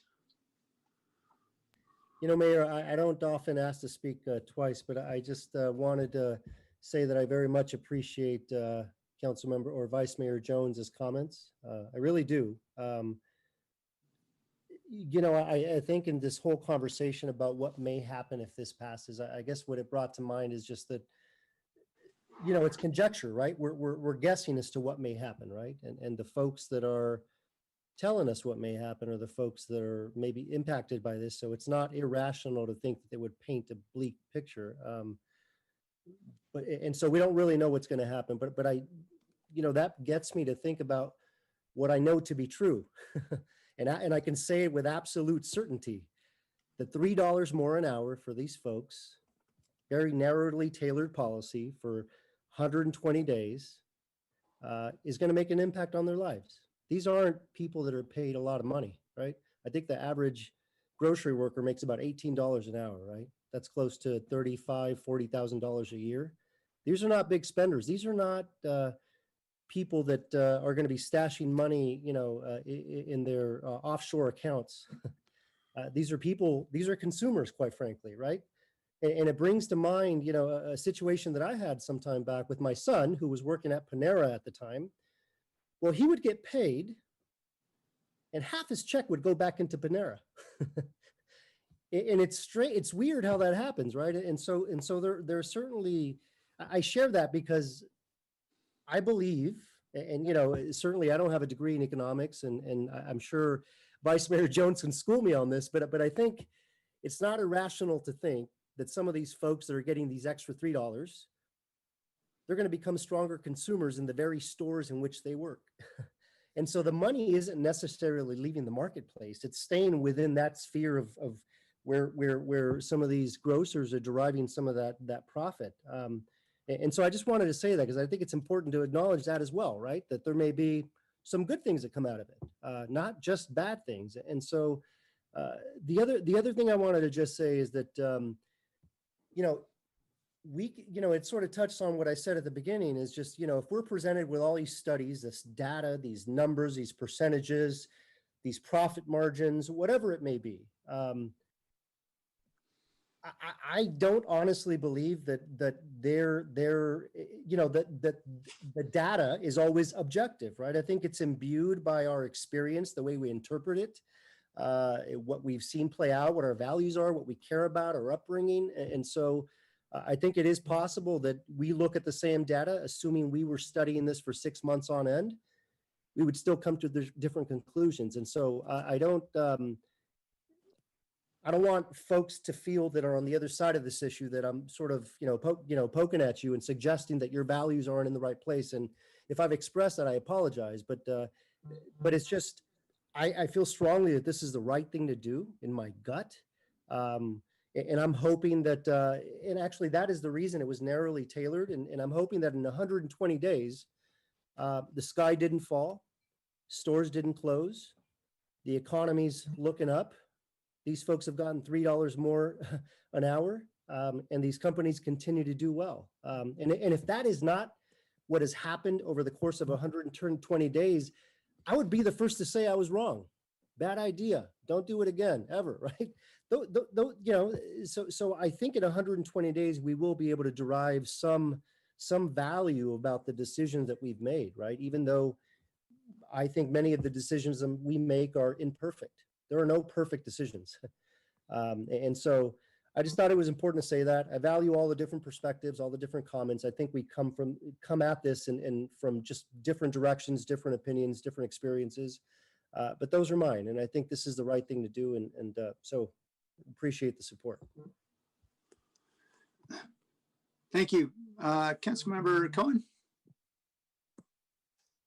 Yeah, just a quick question for Nora, and I don't know whether you really have a good answer on this or not, but there's been a couple of inferences, some from the public and some here on from the council about the potential for legal exposure over differentiating between public and private. And I don't know whether you've had any chance to think about that. And because I think all of the lawsuits that have happened in other jurisdictions have been just over the whole question of imposing a salary increase, and none of those have actually specified public, right? They've all been for all entities. So there isn't any case out there yet that has to do with public versus private. And I'm wondering what you think about that, whether there's any question of legal exposure for the public versus private question.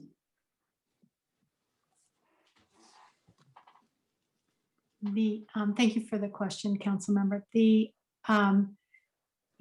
Each time we put a criteria in, this is the short answer, you're opening up a potential differentiation and a risk of an argument, a legal argument. So that's whether or not that particular one might cause problems.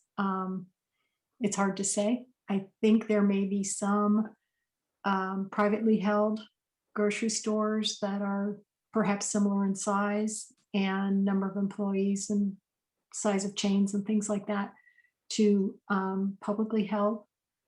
And so we would want an understanding of why Councilmember Mann in his memo suggests it's because of access to public markets and public funding, public capital, I should say. And I can't tell you if that is a good enough rationale, but it's a rationale. And then one other, I know you probably have a question for you, Mayor. Well, I don't know, maybe it is, but back to Councilmember Jimenez's thing about, within 120 days, the sky may fall or not. One thing I've been thinking about through this whole process is, as I've made policy over the years in other capacities, I've always thought about, the ability to adjust even before the time frame you put onto something, right? I mean, if you determine that something is happening that you didn't intend, or that the consequences are not what you expected, there's opportunity for the council to come back even in 60 days and say, hey, this isn't what we wanted to have happen. Let's make an adjustment to our policy, right? I mean, we put in place an ordinance and we can, it's like, in some sense, some might consider this a live experiment. I mean, if people are thinking that we haven't, for those who think that we haven't studied this enough, or that there's some data that we needed to have, and for the rest of us who think that there's no data we could have gathered in some reasonable period of time that would prove one thing or another ahead of time, the data that we'd be gathering is live data from the actual implementation. And then at some point, you would say, hey, the data is showing that something completely unintended occurred. In theory, the council can come back and cancel, adjust, change, or make adjustment or make amendments to a policy at any point, right? In theory, yeah. Yeah, okay. I mean, I'm just making that point too, because my belief is that if we believe this is the right thing to do for the people, for the employees, that we go out on a limb, as I said before, we have the courage, we be bold, but we don't sit here and say, hey, we have to wait 120 days, and if everything starts falling apart around us, we just got to live with it crashing down around us. We never have to do that. I mean, we have the ability to govern and make adjustments. And so I still feel like, if enough of us feel this is the right thing to do and we should try it, and these distinctions we're arguing over aren't worth arguing over, but we're affecting real people's lives, we try that. And as Councilmember Jimenez said, if somehow everything crumbles, we're not helpless with things crumbling around us. I mean, I think he and I agree that things aren't going to crumble around us, but I don't think we have to live with any consequence without being able to make adjustments. So I don't think we're doing something here that is, can possibly be catastrophic to the livelihoods of people around us, is my opinion. So that's just, I guess that's a point I wanted to make before we move to All right, thank you, Councilmember. Councilmember Spartan? Thank you, Mayor. I know everything's been put out there, so I'll keep it short. I just want to say that I agree with Council Members Arenas and Cohen that creating exceptions is what got Long Beach into the situation that they're in. My background is, nonprofit, government, a little bit of business. And so when I think about giving a little bit of extra money to hourly workers, one of the things that came to my mind was SNAP benefits. That if you give somebody a little bit of extra money, that money stays in the local economy. That's been studied for decades, right?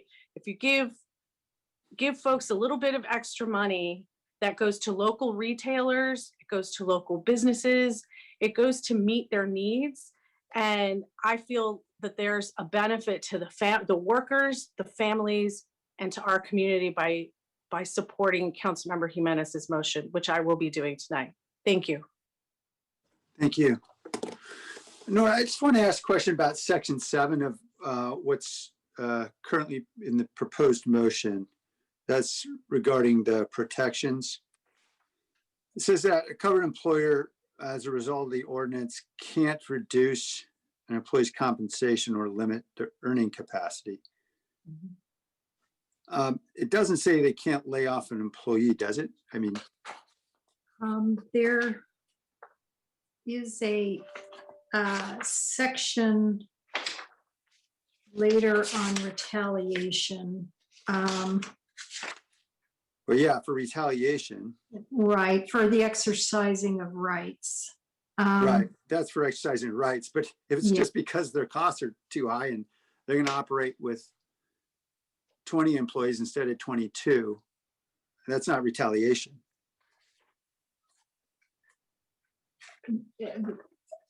Not the That's way just a business decision made based on the Right, cost structure. Right, not the way that's set out. I was just going to check, I was just looking at the language.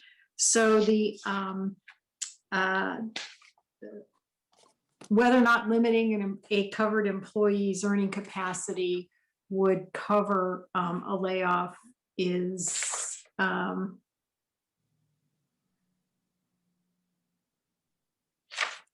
Well, I think we're looking not for straight. legal issues. If we're looking for legal issues, we're basically ordering employers to operate unprofitably. If that's their particular circumstance, I'm guessing this is going to stick out like a big red flag. I can't imagine. This city's never done that in its history, to my knowledge. Told an employer that they have to operate at a cost structure that may be unprofitable after we've increased the wages for their employees. Have we ever done anything like that, Nora? That would be difficult for me to answer. I just Yeah. don't. have the I mean, background. we increased minimum wages a couple of times. I know that. We've never told folks as a result that they have to operate in a particular way, even though the increased costs may in fact force them to make decisions, maybe because they think automation, which is already very prevalent now in supermarkets and is already replacing employees, or maybe because they just believe they're going to stop operating as many hours. And I just can't imagine somehow or another this is either going to be enforceable or not challenged. And this issue about distinguishing between public and non-public companies, I mean, we already draw lines between who's covered and who's not. I guess is the 15,000 square foot, was that taken out of the ordinance under the current motion? Is that right? Or is that still in? My understanding is it was taken out. That's taken out, yeah. But the on 10%. that, I'm sorry. Oh, no, I'm sorry. The other distinctions, though, about the number of employees and the 10% sales floor area, those are certainly distinctions between who's covered and who's not. And I assume it's all subject to the same rational basis standard as any other distinction that doesn't involve matters of race or gender or other protective classes. Is that right? Yes. Okay, so it's really all subjected to the same standard. I am troubled, I guess, by an approach that says, I mean, I think what we know certainly about the non-public companies, that is the supermarkets that tend to show up in neighborhoods where the public companies dare not to tread, the less affluent neighborhoods. Those stores are obviously tend to operate at a lower margin because we know in more affluent neighborhoods, they can charge higher prices, have greater margins on more luxury items. It's not a secret to anybody about what the difference is between a Whole Foods and what was Mi Pueblo, now Cardenas. And by the way, Mi Pueblo went bankrupt before that merger. That was just 5 or 6 years ago. That's why Cardenas has swallowed Mi Pueblo. So these are markets that tend to operate at lower margins if they're in less affluent neighborhoods. And that's exactly why many of us have concerns. It's about who gets laid off as a result of this. And if we think that the only option we're giving an employer is you have to operate with an unprofitable structure or close, they're going to choose to close. I'm not an expert in any of this, just applying introductory microeconomics that most of us, I'm sure, have taken in college. So we don't know what's going to happen. I don't pretend to know what's going to happen. And the notion that council will adjust if we see that there's data that contravenes our firmly held beliefs, that would be helpful. But what I'm hearing already are all the explanations about why we shouldn't adjust if Safeway closes their store in Capitol, because people apparently are convinced the Safeway is going to close anyway and that we should just brush it off. I guess what I'm saying is I don't have the benefit of that insight. And I don't have the benefit of knowing exactly how all these folks make their business decisions, other than what we read about every day in the business pages and what we know from basic microeconomic principles, which is folks aren't going to continue to operate if it's not profitable. And if we're putting people in the position where either you got to lay people off or close the store, those are obviously outcomes that we don't want in a world where unemployment in many of our neighborhoods is double digits. So I'm concerned about just going forward with an approach that says we're applying it to all stores, or at least a much broader set of stores. Distinctions have already been made in the existing ordinance. I'm not sure if there's any principled basis for saying some additional distinction can't be made. I appreciate that there are folks who feel strongly on both sides of this, but I'm concerned about the structure of this proposal, given the fact that we've had the benefit of absolutely no analysis whatsoever. I heard suggestions that there was analysis paralysis. Well, that would be good if in fact there was any analysis at all. We just don't even have the benefit of that. So I hope that council is receptive to adjusting if we get data that contravenes the firmly held belief of many in this council, but I'm concerned that we won't, because it'll just be explained away. And the folks who will be suffering as a result will be the employees of those stores. Okay, we can vote on Councilmember Jimenez's motion. Mayor, may I ask for one clarification? Sure. And that is on section M, the way we had, it's the definition of grocery store. The way it was structured was that it was just the sale of certain products, but then in the bracket below, there was an alternative. So it could have the 15,000 square feet or the 10% of sales floor. So what I need to understand is, are we just going with that first paragraph, or do you want the second paragraph of the alternative also? It'll have to be reworked a little bit so it makes sense or it may have to be reworked a little bit so it makes sense, but was the desire to have the 10% of the sales floor also? Yes. Okay. Yeah. So Councilmember Jimenez struck M1, but M2 would then become just part of M. Right, but the brackets for M1 and M2 it was meant to be an alternative definition to that, just the plain paragraph. But we can add it to that paragraph if that was the intent of the motion. Okay, Councilmember Jimenez, that's your intent, correct? Yes.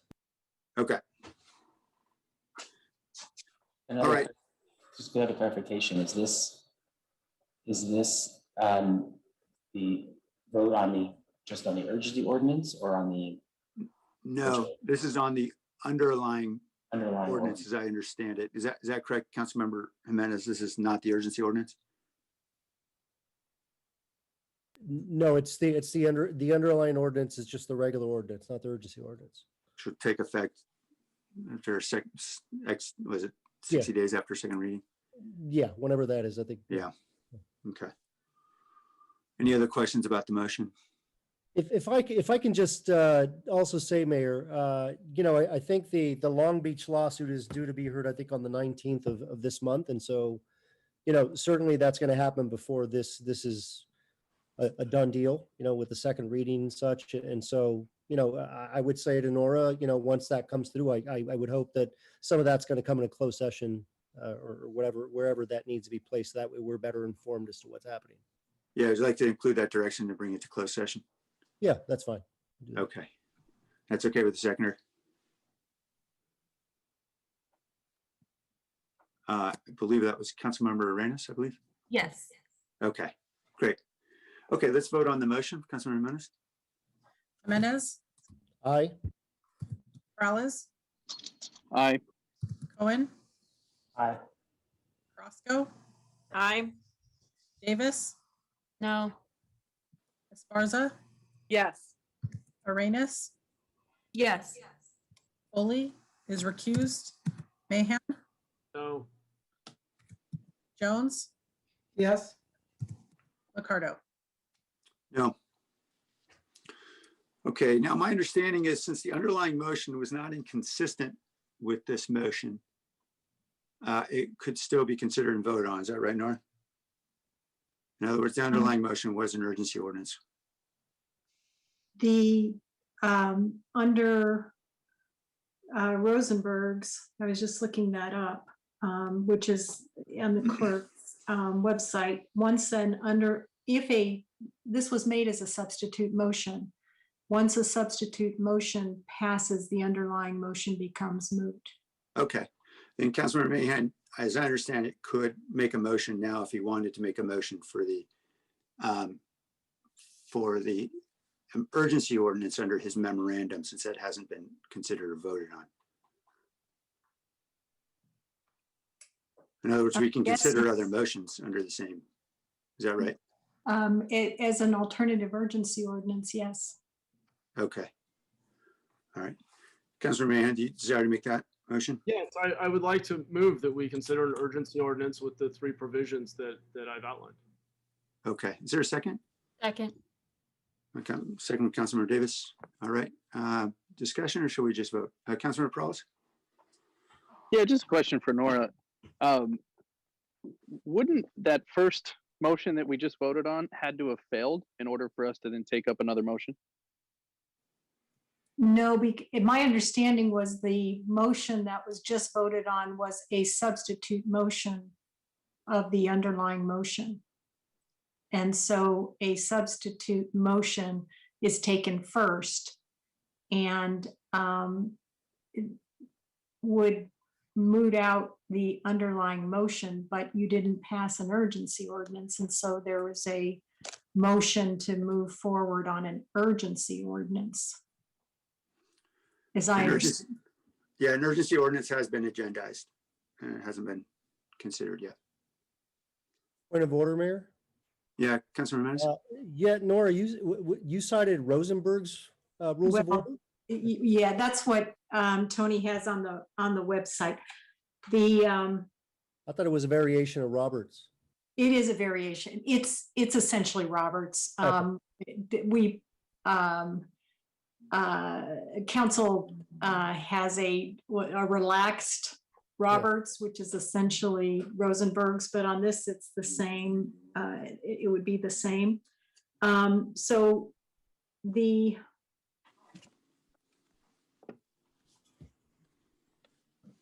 underlying motion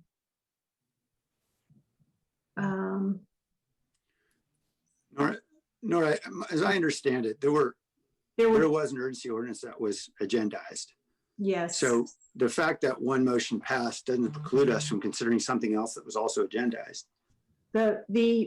Probably the issue is the second motion was brought as a substitute motion, and if the intent was for it to be just a standalone motion, not a substitute for the underlying motion, but a standalone motion on the regular ordinance. That's what it sounds like the council is intending. And so now it's going back to an urgency ordinance. Both were agendized. Yes, that's correct. Okay, and Mayor, once you're done, I still had the floor, so I had a couple questions. Sure. Okay, so it sounds like, and I wanted to confirm that this is the first time I've come across this particular situation, I think, and I guess I understand it because of the non-vote that we've taken so far on an urgency ordinance. So just another question then, Nora. Is it then possible to make a substitute to the current urgency ordinance to an urgency ordinance that in particular I would prefer? If this is being taken up as a separate motion, and it is, as I understand it, yes. Okay, so I'll make a substitute motion then that we actually revert back to the original motion that Councilmember Jimenez had planned in his memo. And that's the motion. Thanks. Is second, I have a point of clarification. No, wait a minute, Councilmember. Is that the We already urgency? voted on a motion. We can't vote again on the same motion as a superseding. That doesn't make any sense. It's not the same motion, Mayor. Obviously, as Nora's pointed out, this is a separate motion on an urgency ordinance. So I am now suggesting a different urgency ordinance than what Councilor Mahan is suggesting. Okay, yes, understood. Okay, you're offering the other urgency, right? The original urgency ordinance is proposed. Exactly. All right, understood. Okay, thank you, Councilmember, for clarifying. Councilmember Esparza? Second, Did you have a question though? I thought, that was it. He just clarified it. okay, got it. All right, so we're all puzzled with the same issue. Okay, so we can vote first on this. It requires 8 votes. It does not, if it does not get 8 votes, we can consider the underlying. Is that correct, Nora? Yes. All right. Let's vote on Councilmember Peralez's superseding motion first. Jimenez, Yes. Peralez, Aye. Cohen, Aye. Roscoe, Aye. Davis, No.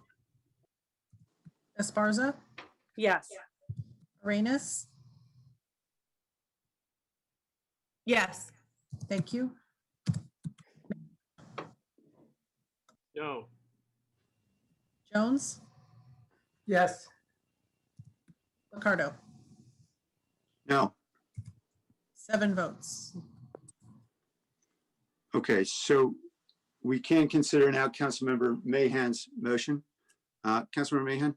Mayor, yes, I'd like to modify my motion to be an urgency ordinance with just the first 2 recommendations. So that's publicly traded companies and flexibility over how it's structured. I'll defer to Councilmember Cohen's concerns about the 120 days versus the rest. I'm fine with 120 days. So just want to. Okay.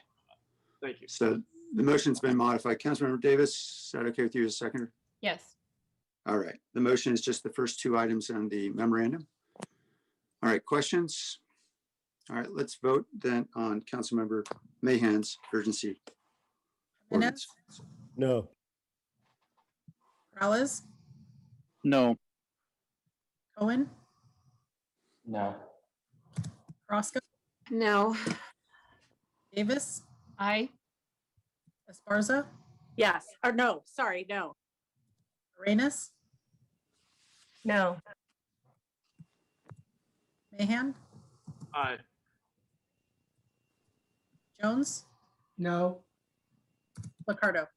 Aye. 3-7.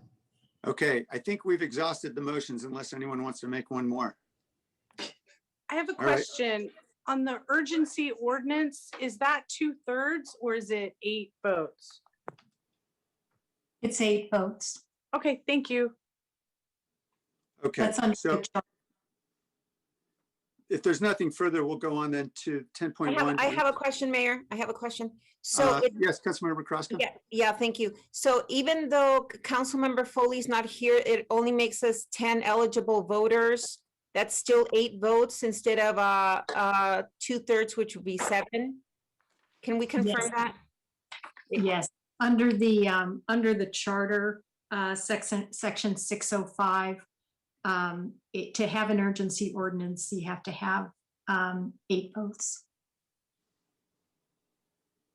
Okay, and it specifies 8. I'm so sorry, Nora. I'm just trying No, to make that's sure that okay. it does say 8 versus 2/3. It specifically does.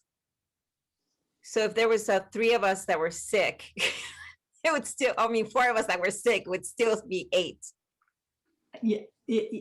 We've actually there is been in that position there is a before. way- so, Oh, really? Okay. There is a way but yes, there are some other rules if you drop below that number, but we're not in that situation. Okay, thank you. Yeah. Just wanted to verify. Thank you so much. Thank you. Okay, we'll move on then to item 10.1, which is the land use consent calendar.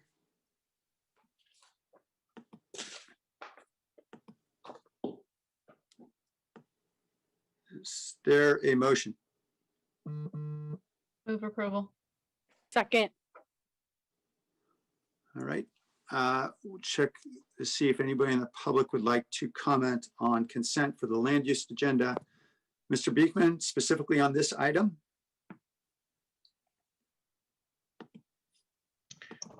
Yeah, hi. Yeah, it is on this item, but I have to find my speech. If you can give me a moment. Does Paul want to speak on this item? No. I'm the only person here for this item, huh? Yes. Okay, this is what item? This is item 10.1. So yes. Let me get my speech here. If you can just hold on, if you can start the timer over again, that would be really great. Mr. Beekman, we can't do that. We need to move on. So what time? How much time do I have right now? I have 1:30. Okay. You have plenty of time. Okay, so I want to just, this was about overall issues of accountability with the future of energy and green sustainability in San Jose and the Envision Zero 2040 plan. And, I'm really, I've been very impressed with your backup generator issues. And in fact, if, hydrogen fuel cell use can actually be started with renewable energy ideas. I've heard that. I don't know how accurate that is.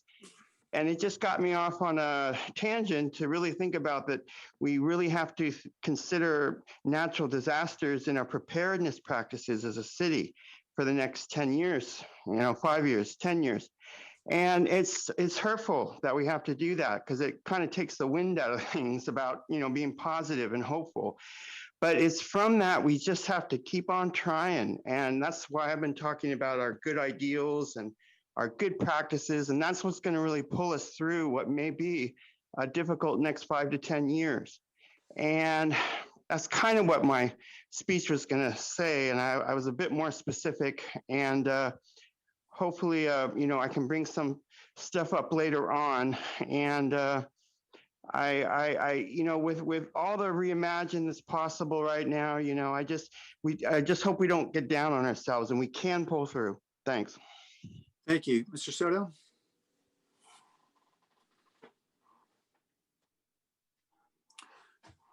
Mr. Soto, you're muted right now.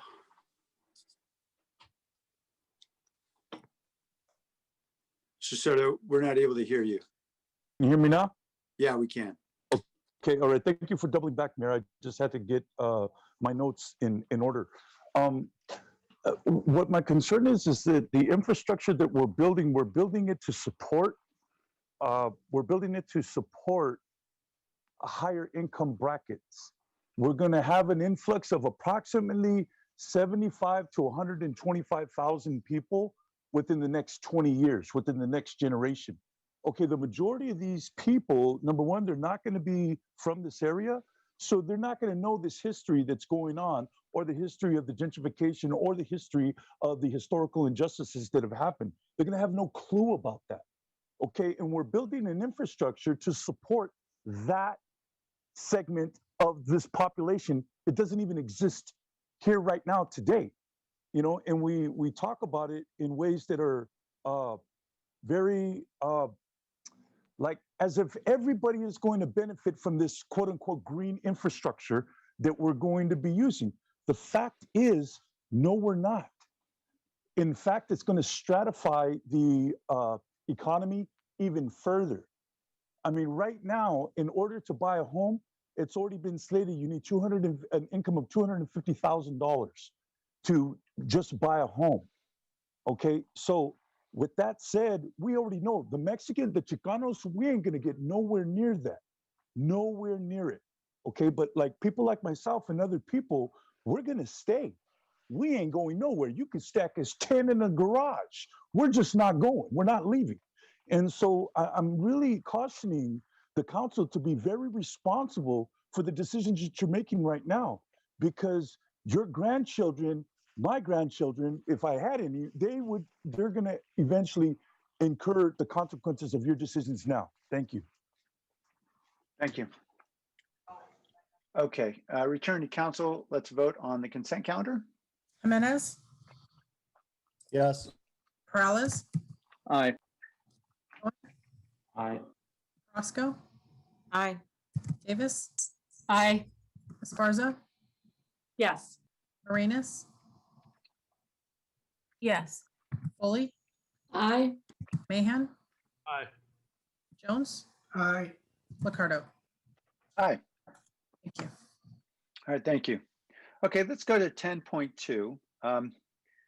This is city initiated general plan text amendment with revisions to neighborhood community commercial land use designation. Again, 10.2, which is the text amendment. We're going to have a presentation and then we'll go to the public. Welcome, Rosalind. Thank you, Mayor. Rosalind Huey, Director of Planning, Building, and Code Enforcement, and I'm joined this evening by my colleagues from the Office of Economic Development, Housing Department, and the Fire Department.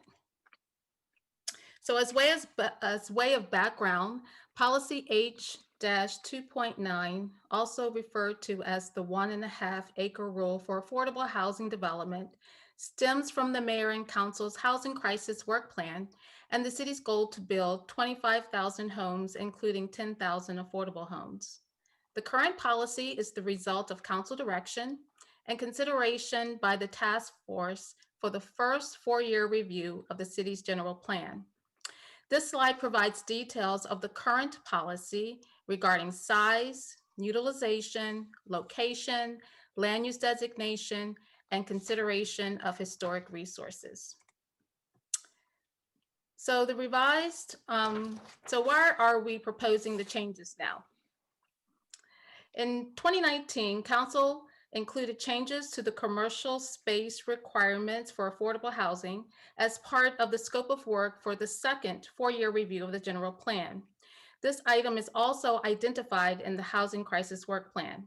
A key component is providing clarity, particularly clear requirements to comply with new state housing legislation, which requires cities to review housing development projects based on objective standards. So the revised policy will provide clarity and consistency in its application. And this in return will provide predictability for developers and property owners. Additionally, as part of this work, staff developed an interactive web-based application that combines many different data sets, including zoning and approved permits. This application, called San Jose Housing Site Explorer, is intended to help the development community identify sites that present an opportunity for new housing production. So now I will walk you through the proposed clarifications and changes to the policy. First, we are clarifying that the definition of affordable housing is actually 100% affordable housing developments that are deed restricted by a public agency for not less than 55 years to low-income residents. And those residents are defined as earning 80% or less of the area median income. Affordable housing development would be allowed on sites outside of growth areas on properties with the mixed-use commercial or neighborhood community commercial land use designation if the development meets specific criteria. The first criterion is that the site must be 1.5 gross acres or less. Next, the site must be vacant. That is, no buildings or structures, or the site has to be underutilized. And underutilized is defined as a standalone surface parking lot, or the site has a structure with a floor area ratio of 0.2 or less, or if the floor area ratio is greater than 0.2, the building must be vacant for 5 years or more. Next, the site must share a property line with a parcel that has a residential general plan land use designation. The site must be at least 1,000 feet from any property with a heavy industrial or light industrial land use designation, and at least 500 feet from any property with a combined industrial, commercial, or industrial park land use designation. Proximity to industrial sites is particularly important, as it is where we are striking a balance of providing more sites for affordable housing and at the same time achieving the city's goals to preserve our industrial lands and support jobs. We are also mindful of environmental justice and not adding new residents, particularly low-income residents, in areas that are burdened with environmental and health hazards. The next criterion must be located within a half mile of an existing transit line with a minimum of 30-minute peak headway. This provides residents with mobility options and facilitates transit ridership. The next criterion is related to reusing existing structures that are on or eligible for the city's historic resources inventory. And projects will also be required to provide relocation assistance to tenants who occupy existing rental units. And lastly, general plan text amendments that are applicable properties within airport influence areas are referred to the Airport Land Use Commission, also known as ALUC. And ALUC took action to include language in the resolution that safety, height, and noise policies govern projects within the airport influence areas. I do want to acknowledge the memoranda from council members. So a memorandum from council member Perales and Jimenez, and also a memo from council member Esparza. And I also want to recognize all of the comments that we've received from residents and many stakeholders, including the affordable housing advocacy groups, such as SB at Home. And also during the four-year review task force process, there was robust conversation about changes to this policy. And since that time, staff has met with many stakeholders. I do want to also acknowledge that staff, as a result of the memos that came out, we did issue a supplemental memo this afternoon. I hope that all of you have been able to take a look at that to provide some additional information as well as address the issues that have been raised. So there are two major areas of concern that have been brought up. First is around the definition of underutilized and the recommendation that a building that has been 2/3 vacant for 5 years or more would be considered underutilized. So staff notes that if a building has partial tenancy, then there is market indication that commercial use is actually viable. Staff is also concerned about business displacement. And should a property owner decide to sell their property, then the existing business or businesses are faced with moving and managing their own viability. Lastly, staff is concerned about the ability to consistently determine that a building is actually 2/3 vacant. The second area of concern is where we are balancing the need for affordable housing and preserving our limited industrial lands for good paying jobs.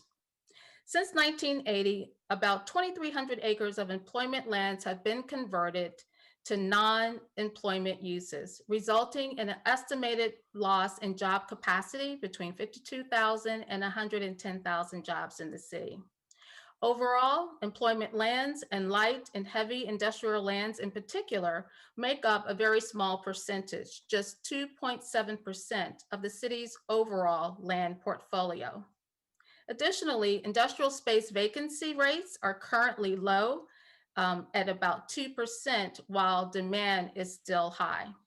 And we know that industrial businesses provide many quality employment opportunities that do not require a college degree. The economic reality necessitates the need for the city to preserve its stock of industrial and mixed industrial commercial designated lands for the viability for industrial uses on those properties. Staff also recommends the 1,000-foot and 5,000-foot distance, as these distances better reflect requirements for fire department hazmat storage. And as I also mentioned earlier, we want to be careful about placing new residents in areas that could be environmentally hazardous. As important as it is to build affordable housing in the city, it is also important that we are also building community for new residents who should enjoy quality of life and a quality living environment with access to services and amenities. And this is just really a basic sound planning principle. We all know that residents sometimes complain, those residents who live nearby industrial uses. We get complaints regarding noise and truck traffic and air quality as well. And lastly, staff recommends the 1,000-foot and 500-foot distances simply in order to comply with the new state requirements for objective standards. So staff presented the general plan text amendment to the Planning Commission at its January 27th meeting, and the commission supported staff recommendation and voted to recommend that the City Council approve the general plan text amendment. And that concludes staff presentation. We have many staff available for questions. Thank you, Rosalind. All right, let's go to the public first, and then we'll come back to council for discussion. Mr. Beekman, this is a public comment on the revisions to neighborhood commercial, community commercial land use designation, also known as the 1.5 acre rule. Yeah, hi, Blair Beekman here. Thank you. Yeah, for this item, you know, as Rosalind was speaking about, you know, how affordable housing can fit into this future of issues, you know, to just once again offer mixed income ideas, maybe for this sort of development. Is it applicable? Is it something that you would be interested in? I think mixed income can be an incredible future, and it can be efficient. It can be used in really small terms.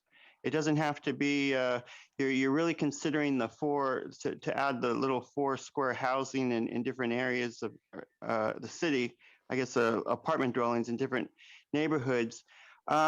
Is mixed housing a way to kind of calm that tension? I don't know, you know, there has to be something good, a good placement of mixed income in your future somewhere. And I'm waiting for the time that it can be a more open subject to talk about. And it's been used in Santa Clara, city of Santa Clara, the great example there. And I know that yourselves have developed really good examples for the future use in the Little Portugal area, probably. And so, you know, I just wish it was talked about more. And, you know, to conclude, I'm hopeful that, you know, the ideas of energy, the future of renewable energy, and the future of, say, reimagine issues with the police issues today, you know, I hope we don't give up on that idealism as we're going to enter possibly a tough decade. We don't give up on that stuff. I hope we can really work on our best practices still. Thank you. Thank you. Events SBH. Welcome. Sorry, this is Matthew Reed from Silicon Valley at home. I'm here this evening. We submitted a letter on behalf of the vast majority of affordable housing developers that are working to build critical affordable housing in this city. The 1.5 acre rule has been a priority item for staff since before it was included in the Housing Crisis Work Plan in 2018. And we're pleased to be here and want to acknowledge that there's real progress that we think has been made. And appreciate staff's work in creating objective standards that's really important. We believe that those standards as defined by staff, the criteria have stepped over a line and will constrain opportunities without, we believe, substantially furthering the intent of the policy to protect viable commercial uses. We appreciate the memos from Council Members Perales, Jimenez, Councilmember Esparza, we believe they address portions of our concerns. We felt that acknowledging that chronic under occupancy as well as totally vacant properties was really important. We support the recognition in the council memos that long-term tenants really do make even underutilized properties important for small business retention and are critical assets for the city, and we appreciate that addition. We've also outlined a proposal for addressing industrial buffers. Our goal was to more fully realize staff's intent of protecting industrial uses while acknowledging that in some cases, these uses are already restricted by existing residential uses nearby. These decisions are going to be made on a case-by-case, site-by-site basis. In these cases, it seemed redundant to limit the use of potentially great sites for affordable housing. We generally don't build affordable housing in toxic environments. Our developers don't want to do that to our families either. This is important progress, but we think we can do better. Thank you. Thank you. Call-in user 2.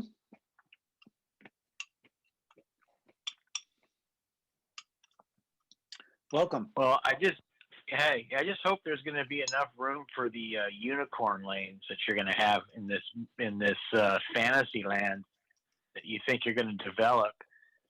You know, we got what, 9 more years of trying to pave the roads that we already have, and we've got terrible infrastructure. You're not going to be able to use natural gas for these new homes. It's going to be all on a very weak electrical grid that we already are having a lot of problems with. The police and fire and EMS services are terrible. Takes forever. They can't stop the crime, prevent the crime, put out the fires that they have now. And now you're going to build all these houses with what money? What money is going to be around due to COVID and you know how retail has kind of reimagined itself due to Amazon and online shopping. Forcing employers to pay certain amounts of money, high minimum wage.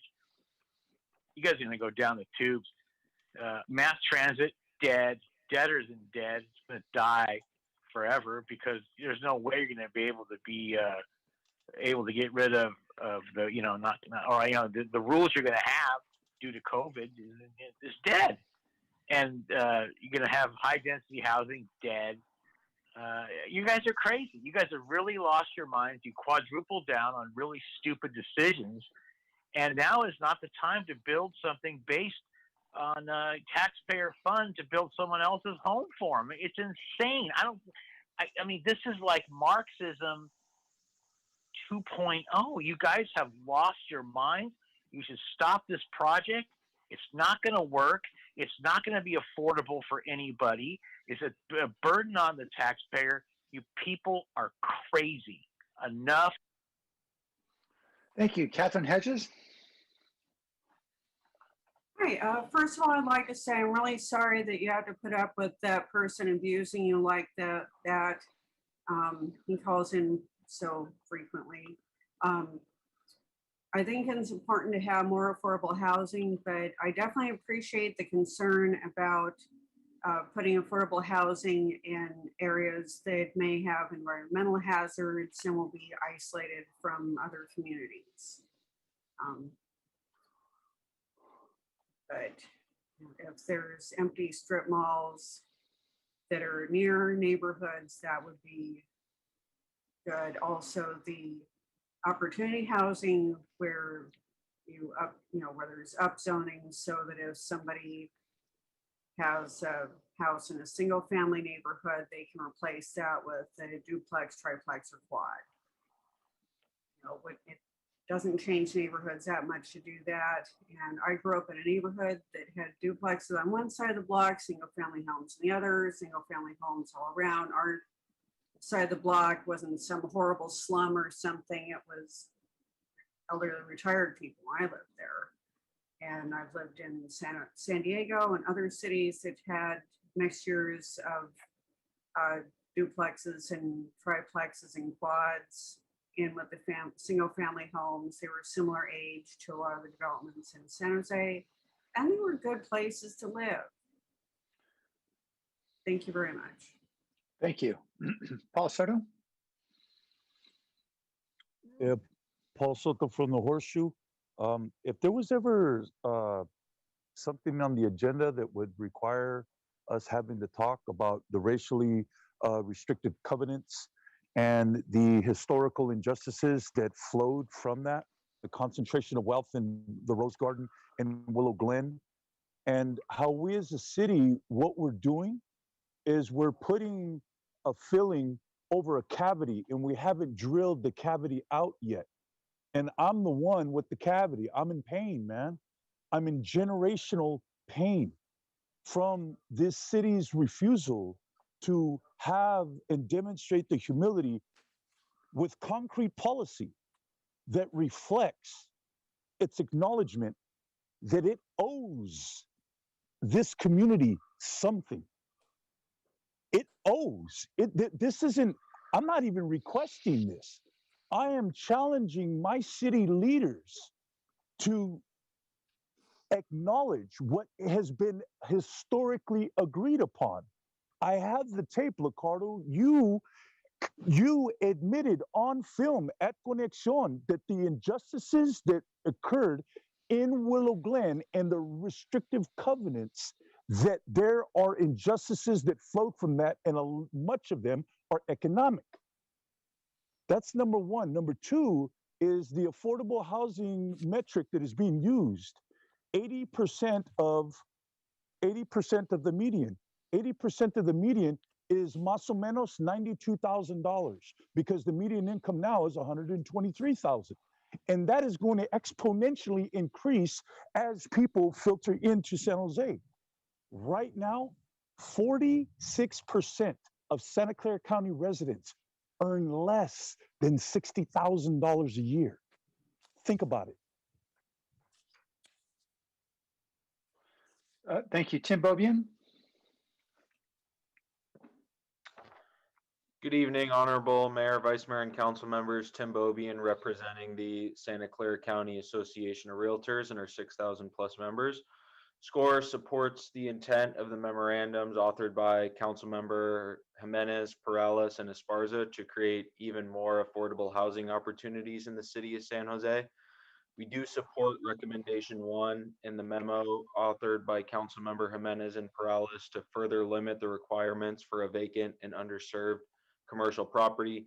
This will take a large stride in opening up more sites for potential affordable housing developments while only minimally impacting the business community. Given the severity of our housing shortage, we feel this is a necessary step to help the city of San Jose work towards meeting affordable housing RHNA goals. However, we do have concerns about recommendation 2 in their memo regarding distances from industrial sites, as it may create health, safety, and environmental risk for potential tenants and families that could be exposed to dangerous, allowed job sites, hazardous materials, or waste. We believe the staff recommendation of the distance from industrial sites creates a safer living environment, while also increasing the inventory of potential affordable housing developments. We thank the mayor and council for initially approving this item from Mayor Liccardo's housing crisis work plan. Given the regional land constraints, it is important to take action such as this modified 1.5 acre rule as a creative solution to help solve the housing shortage and affordability issue. This will help create more housing opportunities for San Jose's most vulnerable residents without excessively impacting surrounding areas and communities. Thank you for your time. Thank you. Roland?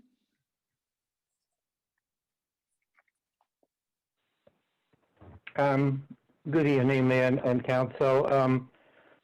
Very briefly, I just wanted to express my gratitude to Rosalind and the staff for the effort, attention to detail that they put into crafting this revision, and I hope that you will approve it. Thank you. Thank you. Calling user 2, I believe you may have spoken already, or is this a different person? Calling user 2, you appear to be muted right now. Yeah, I mean, people who don't like. Yeah, you've spoken already. Thank you. All right, let's go back to Councilmember Perales. And I'm sorry, before we go there, I just want to say thank you, if I could.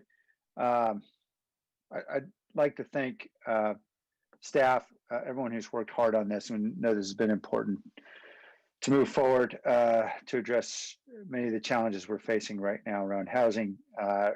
Particularly thanks to Jared Ferguson, Ruth Cueto in planning, along with, of course, Rosalind, and Michael Brio, and Jared Hart, and in OED, Nancy Klein, Chris Burton, and in housing, Jackie Morales Ferran and Rachel Vanderveen. I support staff's recommendation. Thank you. Councilmember Peralez? Yeah, thank you, Mayor. And I appreciate the work by staff as well, and community members that came to speak, and our affordable housing development advocates as well that worked with me and Councilmember Jimenez on drafting our recommendations. And I'll be frank, I don't think we'll have a lot to contest here, and I'll try to kind of clear up. It sounds like the recommendation number 2 may be the only contentious part, and we'll see if we can't come to a resolution here. And so just to talk a little bit about this policy, it's one I have supported. Back in 2016, we enacted it. Our general plan task force understood the need for affordable housing. And since then, unfortunately, we've only seen one project qualify out of the process. In 2017, our mayor asked for a map to clearly identify underutilized sites, and our housing crisis work plan made it a priority to create objective standards to better streamline these projects. It has been clear that this policy has been an underutilized resource since then. Work, obviously, that staff has put in to get us to this point still hasn't amounted, I think, to be able to get to the goal that we wanted. We still see that we're falling short of our RHNA goals. And my concern is that some of this added clarity now to the criteria may move us further away from the intended purpose of the policy. And so, an explanation of our recommendation number 1, in our current general plan policy language, one of the criteria for development is that the site is vacant or underutilized. And I believe the staff's proposed criteria views underutilized and vacant to be similar. And I feel we can't combine the two. We must look at all potential sites which are not just vacant, but are experiencing chronically low vacancies.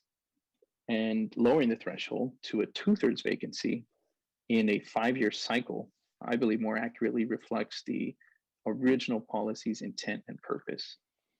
But if the property has been vacant for 3 years, I do believe we should allow for that property to become considered. The 5-year cycle can be proven too long when the need for affordable housing is so high. And the site can be better utilized, in my mind, for affordable housing sooner, rather than waiting a full 5 years for a site to sit completely empty.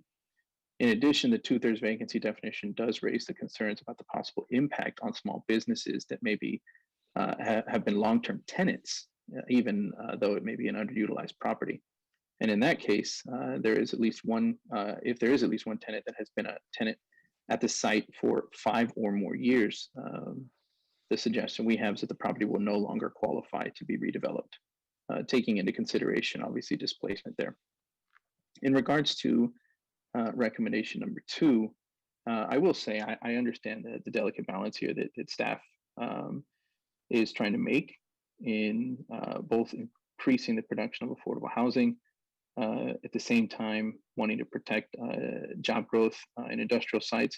And then I think most importantly, where I'll try to hone in on some key points here, and in my questions I'll ask on the sensitivities that we all should consider when having residential, or quite frankly, any use next to industrial sites.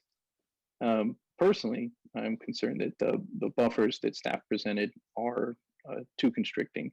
I do believe it's already a criteria that a prospective property, I don't believe it is a fact that a prospective property must share a property line with a residential use, at least one side. And we're not changing that.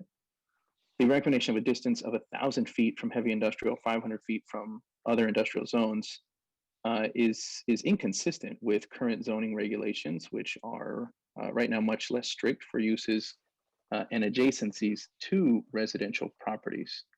And in my mind, they're not reflective of any of the current existing land use zoning standards that do regulate our proximity of industrial and residential uses.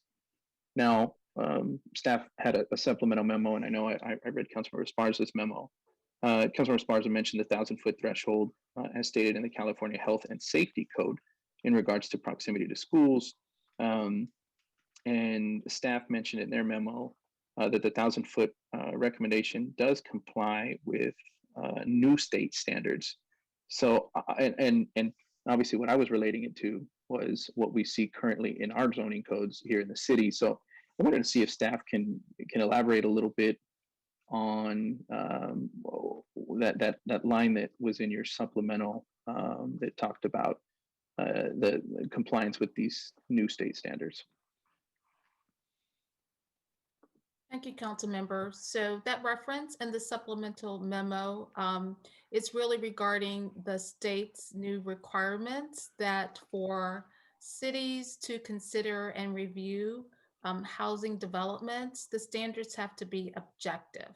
So you have to come up with standards that are measurable, that are predictable. So we were just simply referencing that 1,000 feet and 500 feet are objective standards and provides predictability. There's nothing subjective, either it's 1,000 or not, or either 500 or not. So that was our reference in the supplemental. Okay, so I guess the same could be said if we lowered the threshold to 500, it would still be objective, correct? That's correct. Okay, so I wasn't certain if there was some sort of other recommendation that actually spelled out the 1,000-foot distance. It sounds like that's not the case. It sounds like you were just referring to the fact that it should be objective. Yeah, that's correct. And I would just also add, council member, that in developing these criteria, there were several factors that we considered. And one is that the fire department raised the issue about their requirements for hazmat storage. Actually, as well exceeds 1,000 feet. I believe it's over 2,200 feet. So when we came up with 1,000, we knew it would be closer to what the fire department requires for hazmat storage, at the same time, still providing enough buffer from residential uses. Yeah, I had a conversation with him too, and I understood it was around 2,500 feet. And depending on whatever particular use we may be talking about. I think that's one of the challenges too, is that there's so many different potential uses in industrial, light industrial, heavy industrial, that you sort of run the gamut on what distance you would want to have, and rightfully what distance people would deserve to have to be nearby. I don't think that means that we're going to run into an issue where all of a sudden you have some explosive material that's too close or within the 2,500 feet. I think that obviously what will happen, right, is just you will then eliminate potential uses in some of these industrial sites, and it would be limited down to ones that would actually be in accordance with the distance that's remaining. And that was the other, I think, thought process that at least I had in regards to some of the redundancy here on the sites, because we're talking about a site that this 1.5 acre site, right, has to be have one side adjacent to a residential use, so to a pre-existing residential use. And I was just looking at, how close in proximity would that put this 1.5 acre developable site that's in question, right? How close would that put it to potential, industrial lands? And when you look at 1.5 acres, it's just over 65,000 square feet.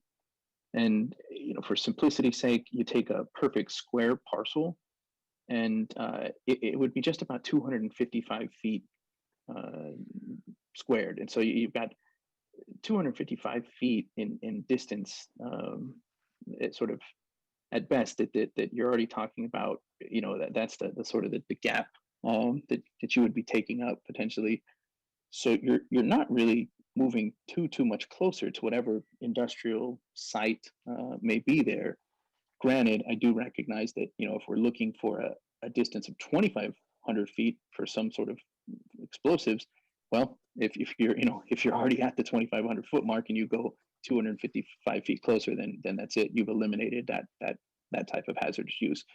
Or if you're already at 1,000 foot, you know, distance, and you build this new on this new 1.5 acre site, and you cut into it by another 255 feet, well, then now you've obviously, you know, chopped into that 1,000 feet, and you eliminate some of the potential uses. And I guess at the end, the one thing that sort of has me a little hung up is that, and maybe staff can try to clarify this as well. What seems to be as though we may only be talking about 12 potential sites in question. As staff analyzed the difference between this 500 foot suggestion that myself, Councilmember Jimenez, have, and the 1,000 foot really would be the difference of 243 to 255 sites.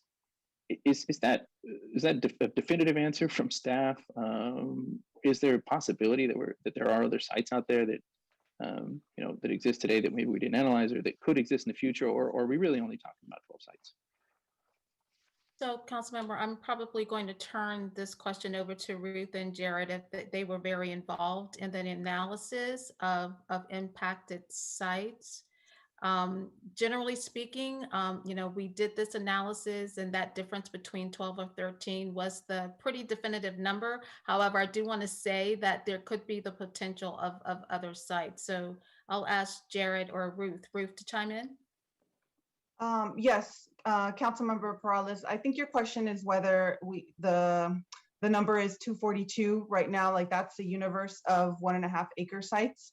And I want to clarify that those are only the sites that we're able to map, which have an FAR of 0.2 or less. The category that would fall under criteria 2C, a greater FAR and completely vacant, we don't have like a database of such sites because we don't know yet which ones are vacant. And if you go off of our recommendation of 5 years, let's say next year is going to be the 5th year, then they would, you know, technically qualify then next year. So there's still a universe out there of other sites. But in terms of the number of sites that we lose going to 1,000 feet versus 500, it is approximately about 13 sites. Okay, so I guess I understand a little better then. So today, if we make that decision, we lose 13 sites. But what you're stating is that we don't necessarily know, and that makes sense now, what the implications would be a year, 2, 3 years from now, because a site that is maybe only a year away from qualifying based on this new standards. That's correct. Okay, that makes sense. And obviously we wouldn't be able to answer that completely, because that involves factors that would, you know, we can't determine if a site that's been vacant for, you know, a couple of years now all of a sudden would be occupied. So we can't predict that. But we can look at obviously just I think the ratio there, and at least I can make a determination on what the implications may be. And so I'm not you know, married to the idea of the 500 feet. I would like to be able to hear actually from my colleague, Councilmember Esparza, because she mentioned a couple other sources like our Air Resource Board, and then from BACMED's air quality guidelines on this 1,000 foot threshold. I had not looked at either of those. I wanted to see if maybe she could just speak to those first before I sort of come to a decision on a motion, if that's all right. Councilmember Esparza? Yeah. So, so my office, or District 7 has, along with District 4, some pretty heavy industrial areas. And so we had reached out, done some research. I had heard also the same about the fire department's hazmat requirements. And so we started looking into this. And so the 1,000 foot threshold is consistent. So we're talking land use, right? But then BACMED has their 1,000 foot guidelines. And we also heard about ARB on their guidelines. Mostly I was from District 7's experience with heavy industrial sites, trying to accommodate the intent of the proposal with what the realities would be on the ground, because I do have heavy industrial, light industrial. We've done a lot of work on the Monterey corridor, along with Mayor Liccardo and Councilmember Jimenez, and in doing our homework on the land use along that corridor, there are some kind of strange configurations, and that's why I started digging into the other sources of the 1,000-foot suggestion, because that is a concern of mine. You know, I realized, I read the supplemental memo where housing was concerned about you know, subjecting our businesses to all of a sudden putting residents next to heavy industrial. I was looking at it from the concern of putting residents next to putting people and having them live next to these particles, trucks, the noise, the actual pollution. And that was my, where I was coming from, because District 7 would be one of the districts, just looking at heavy industrial, where that would happen. Those were the thoughts that occurred to me. And that's where we actually talked to these organizations and got that information. So I hope that helps. Yeah, it does help. It's not, as I said, I did not speak with those organizations and didn't. I was simply referring to our land use guidelines here, and what we see was not factoring in some of these other guidelines that may be talking about things like air quality and stuff like that. And I also recognize the significant number of industrial uses that District 7 has, that District 3's got just a little piece of some industrial up in the north side, bordering District 4, but nowhere near what District 4 and definitely nowhere near what District 7 has. So I recognize you also have a little bit more experience with you know, managing the relationships there between the residential uses and the industrial uses. The ratio I'm hoping will stick, which is just about under 5% of what we're talking about today. If we were to, the difference between the 500 feet and the 1,000 feet is about a 5% loss of sites. That 13 sites of the 255. I'm hoping that number, that ratio at least stays. And quite frankly, as a policy, this is something that we can come back one way or the other, whether we go with 500 or go with 1,000, we can come back to it. And so with that, I will make a motion to move the memorandum authored by myself and Councilmember Jimenez, and I will strike recommendation number 1B, just approving, or excuse me, 2. I was looking at Councilmember Esparza's memo at the moment. Striking recommendation 2. Thanks. Okay, motion from Councilmember Peralez, second from Councilmember Esparza. Councilmember Esparza, did you want to speak further? Yeah, I just wanted to add one more point, which is on the land. I think one of the reasons why we're so passionate about industrial land, we have had Amazon come in and buy 3 industrial spaces in District 7 recently. And one of the things that, you know, I hear from companies, I'm sure OED can speak to that point, is that this is very, very valuable land in our city and for a lot of the companies that want to come into our region. So, you know, it's my hope that we won't find industrial land vacant. Thank you. Thank you. No, I agree. In fact, it has extremely low vacancy. I think it's between 1 or 2% right now, despite the tough economy. I appreciate the protection of the 1,000 foot buffer. I believe that is the current motion. Is that right, Councilmember Peralez? Yes. It'd be a Yes. 1,000 feet. Okay. Yes. Great. Yeah, I also appreciate it, because not just for companies who want to come here, but employers who are here. I can tell you, I've had conversations with two companies in just in the last year who have been really trying to find nearby manufacturing land where they can do custom or prototype manufacturing somewhere close to where their headquarters are, because as we saw increasingly about 4 or 5 years ago, there was a reshoring and next-shoring of manufacturing from China as companies were realizing how important it was to have the actual manufacturing processes close to engineers, close to designers, close to all the folks who are involved in conceiving of a product before it's actually produced. And it's so important for us, for the entire ecosystem, just to be able to have that land here, and obviously creates a lot of blue collar jobs that we would otherwise not have here in our community. So I appreciate the protection of that. I do have a question though, Councilman Perales, about the 2/3 for 5 years requirement. I tell you, I could probably be persuaded to support a reduction in 5 to 3 years. I'm concerned about this 2/3 requirement for a couple of reasons. One, for what I think Rosen articulated, which is that if you've got a third of a building that's occupied, that's a pretty good indication it's viable. Hard to know how hard anybody's marketing or doing anything else, or what problems there may have been in the remaining space in terms of whether or not they're willing to invest in the tenant improvements or repairs or whatever was necessary to actually lease it up. So I'm concerned about those existing businesses that would then be kicked out.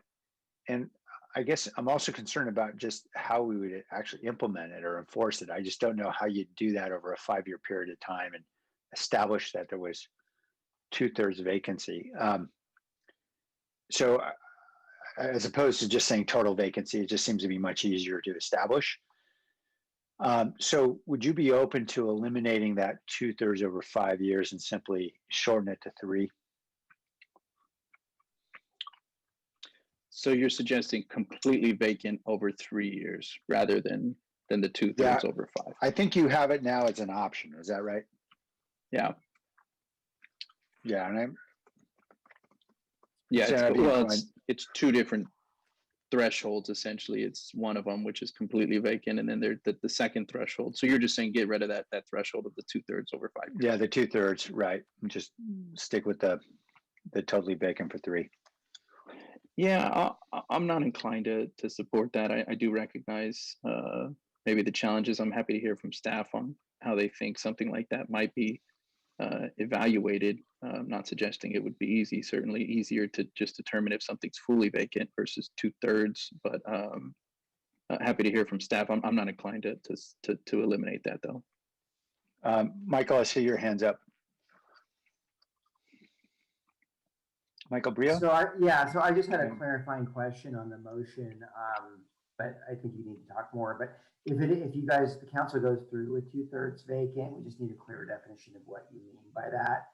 You mean 2/3 of the gross leasable area is vacant, or 2/3 of the tenant spaces? I gather it's the former, but we just wanted a confirmation on that. Do you want to clarify, Councilman Perales? Yeah, it was the latter, but I guess I'll go back to the same question I just asked. Is there one of those that's easier to measure? Probably tenant spaces. Chris, I don't know if you have any thoughts on this. I think that'd be easier to measure than square feet. I mean, the burden of proof is going to be in the property owner, so I'm trying to put them in myself in their shoes. Yeah, and you could also just opine as to whether either would be particularly easy to implement. That'd be helpful. Yeah, I mean, neither will be easy to implement. I don't know how a property owner is going to prove this, frankly, but that's why we again stuck with 100%. You could actually use street view pretty easily in many ways to get at that, but it gets more challenging grading up the building. Yeah, I'd agree with that. I think the sort of challenge that we've looked at in considering 2/3 versus the full site is that there's really not an accurate data source for us to rely on to say, there's definitely a business in that space for a whole host of different reasons. The city's business license tax database doesn't give us that information. Real estate databases don't always track every lease, especially in sort of transitional areas or sort of lower classes of buildings, and especially in sort of retail commercial spaces. There's different types of arrangements between property owners and landlords. And so with the burden of proof being on the property owner, there's no way for us to really verify that accurately as to sort of how the business has been occupied over a period of time. It makes it really difficult. Chris, question: how would we measure if there's no measurement for a 2/3 vacancy? How would we measure, sort of 100%? Yeah. What are we using anyway? That's a fair point, council member, and I think to the extent, so in the past we've used a variety of different sources. So again, in either of these scenarios, the burden of proof becomes the responsibility of the applicant. There are ways that we've sort of used in the past to check various different business listings, whether online or other ways, just to show if there's a business associated with that address. The difficulty of the 2/3 is then associating sort of how much of that space they're occupying, versus the sort of whether or not they're there. Okay, I also just throw out utility records is something we used to use quite a bit. Yeah, true. Very true. You can tell if nobody's been there. So I think it sounds like, burden of proof is going to go on the owner regardless, and we're going to have the same challenge whether we're looking at 2/3 vacancy or 100% vacancy. Correct, Chris? That is correct, Councilmember. Yeah, the burden of proof lies with the applicant. Well, hang on a second, Chris. I think what the question was, 100% versus 2/3 is equally difficult. I think what we've talked about is easier to verify 100%. I mean, you can use Street View. It's very easy tool. They actually update it every year, and you can go historically year by year. I think it's maybe less than a year. And there are other tools which Chris could talk about, but it gets a lot more problematic when you start talking about the percentage of a building or tenant spaces. They're both challenging, but I think the 2/3 is more challenging. And Michael, I actually wasn't suggesting that it was easier. I was really just comparing how we would measure, right? That those would be it'd sort of be the same way regardless. So if there's a challenge in measuring, it's the same thing. Now, clearly, to try and prove 2/3 because you're now looking at a fraction of it, no doubt that requires more work. Hence, could be more challenging to actually try to prove that. But at the same time, let's say, for instance, we have a property owner that's, that wants to challenge our vacancy for whatever reason. They don't want the building, gone. They don't want that changed, and so they're making an argument that they had some, occupancy, right, and they weren't 100% vacant. Well, then again, burden of proof, right? We're still trying to prove it, whether we're proving 2/3 or we're proving 100%. Again, it goes on the property owner there. So I don't know. I guess again, I'm not inclined to want to remove that. I do recognize, it's not going to be perfect, and I would, obviously, we were thinking about the tenants there as well. Hence why we wanted to look at, tenants not displacing those that had actually had some consistent tenancy, even if the building was not fully occupied or 2/3 vacant, that we still didn't want to necessarily displace a tenant that had been there for a long time, considering the fact that would claim that maybe this is a viable space. It's just maybe had a struggle for the last 5 years with some of the spaces in there. So we tried to kind of have a middle ground as far as where we were going with this, but the idea was not to just go with the simple decision. I think that would be, let's just look at 100% vacant. In my mind, there could be some more viable sites that have really struggled with occupancy, had constant turnover or consistent turnover, and shown consistent vacancy, even if it's not 100%. And that's where we came up with the 2/3, and wasn't necessarily kind of I think thinking initially on what we were going to assume with the units or square footage. The intent, I think, again, was square footage, but if it's easier to measure the units, then I'm fine making that clarification if that helps for staff. Councilmember, if I just can jump in for a second. The likelihood is that a property owner, the unintended consequences that a property owner will want to hold space vacant, namely because the residential price per square foot is going to be considerably higher than the industrial price per square foot. So most of the time, I think it will be, rather than a property owner wanting to not abandon a site, it will be a property owner wanting to get a greater dollar per square foot and force folks out of the site. And it'll be harder to say what the 2/3 number is. And just in terms of staff time, while we say it's the burden of the property owner, and certainly they would have to provide the documentation, I would guess that there'll be quite a bit of conversation about each one of those assertions. So it is just cleaner and easier to get at, although admittedly, as folks are saying, not that easy, if we are able to mark from 100% vacant. And the other thing, just as a question, if I may, about including relocation assistance, if it is 2/3 vacant and you do have a third, that there be an effort by a new property owner or the new purchaser to assist in relocation.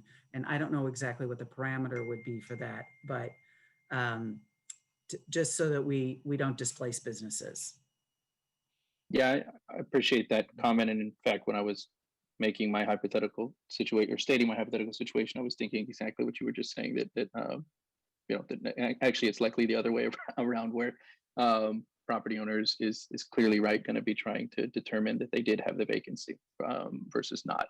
And I think at the is sort of the difference here, right, would be you have, if there was a property owner trying to maintain vacancy, and they're keeping the building completely unoccupied, and then coming forward with that, I don't, if somebody was that determined, right, I don't think we're making it any easier on them by saying 2/3 vacant, versus completely vacant. Clearly there's an opportunity for some revenue and tenancy with the 1/3 of the units. But I think if they're quite frankly that determined that they were going to hold it vacant anyways, then they likely would have just completely held it vacant to do so. And so I don't necessarily want to change it for that purpose. I do agree with you though on the last comment in regards to relocation assistance, and that was our thinking on not wanting to displace especially longer term tenants, but even any displacement of potential tenants. I would agree that is that's something that we should consider, and it sounds like you didn't have a suggestion on how best to do that, but I would, unless you do. I would need a little bit more thought, but at least credible brokerage services to help find an additional location and or to pay for those brokerage services. Usually it's the receiver site, so that shouldn't be that pays the broker, so that's not shouldn't be an issue. And then a certain amount of moving costs, and it so depends on what the business is and what equipment they have. That's why I don't know if there's an objective standard I would be able to think through on the spot. Yeah, and I'd be comfortable with allowing staff to sort of develop some language around that relocation assistance. I do think that would be important as well. So if anything, I'd be comfortable making that modification. But I don't want to remove the 2/3 language, Mayor.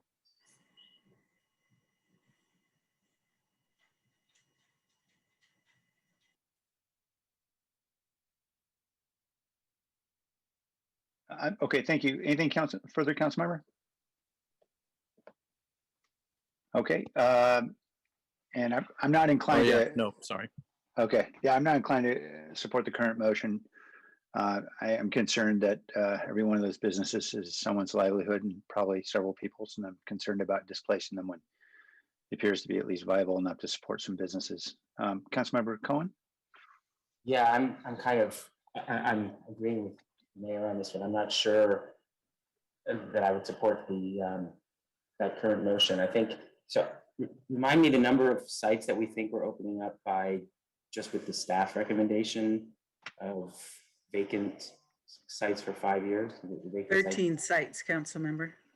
13 sites? Mm-hmm. Okay, and then I believe. And if we reduce the number of years to 3 years, we probably open up more than I assume, but we don't know the numbers up right now, right?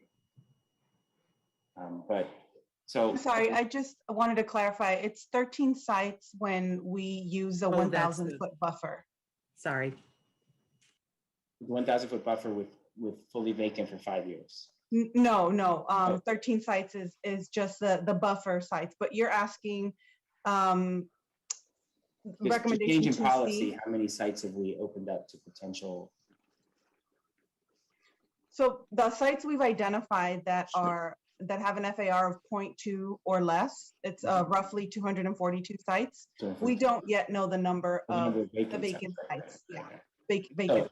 Right. So there's a potential number of sites, and we don't, in my mind, we're opening up a number of sites, and it's cleaner for me to and I think easier for staff to use a fully vacant measure.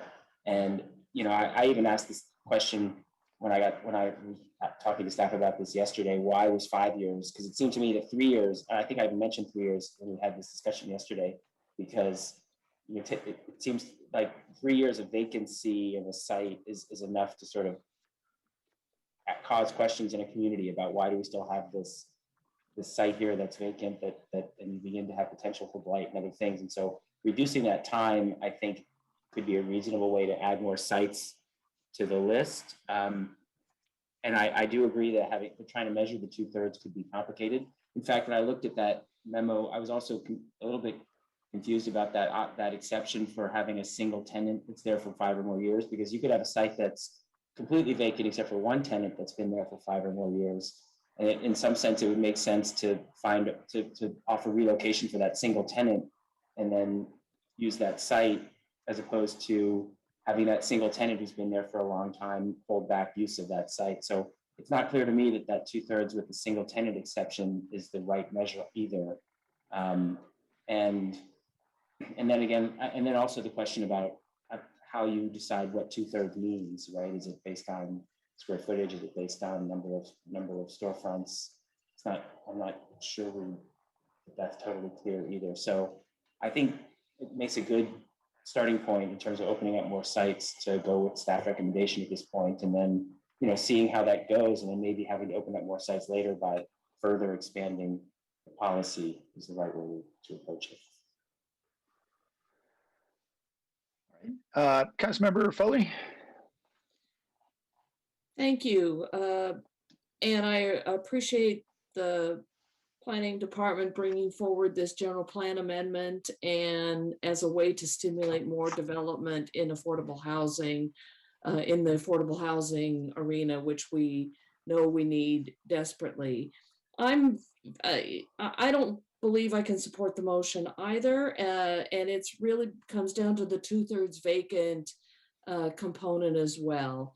I'm glad to see the 1,000 feet is back in. I think that's really important from an environmental justice standpoint, just the properties being heavy industrial properties being closer to residential development. But I'm concerned about how to quantify the 2/3 vacant, whether it's square footage, which would seem to me be actually the easiest way and not the number of tenants.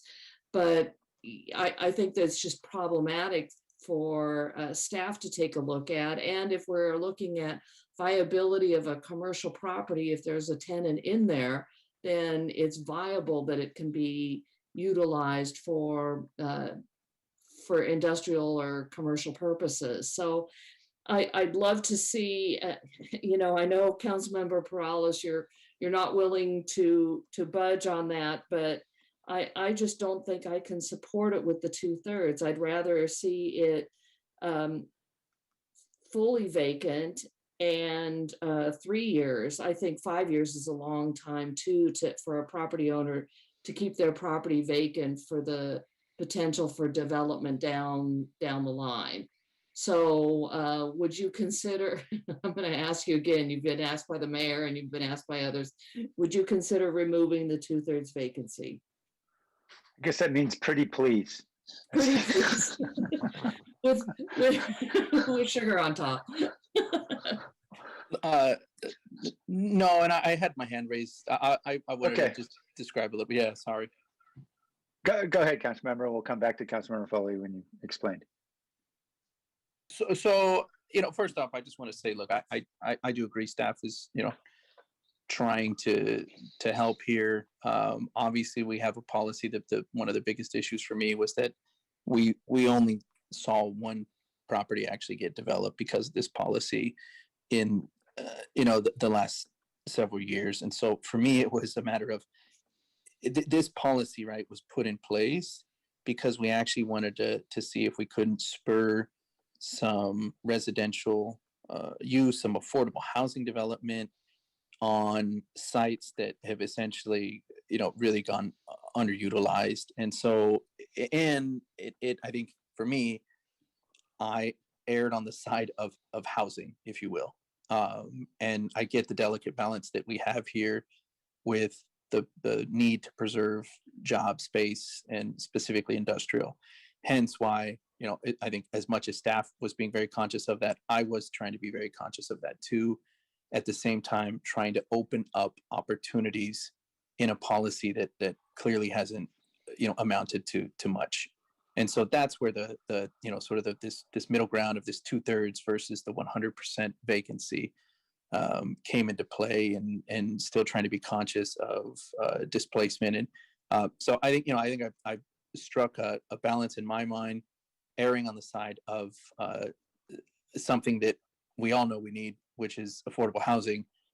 If, you know, as I'm hearing from some of my colleagues here, and as Councilmember Foley now is asking, pretty please, you know, you're lying on the side of, hey, look, you know, you're not so comfortable because of the fact that there would be at least 1/3 of the bill of the occupable space, you know, to be occupied.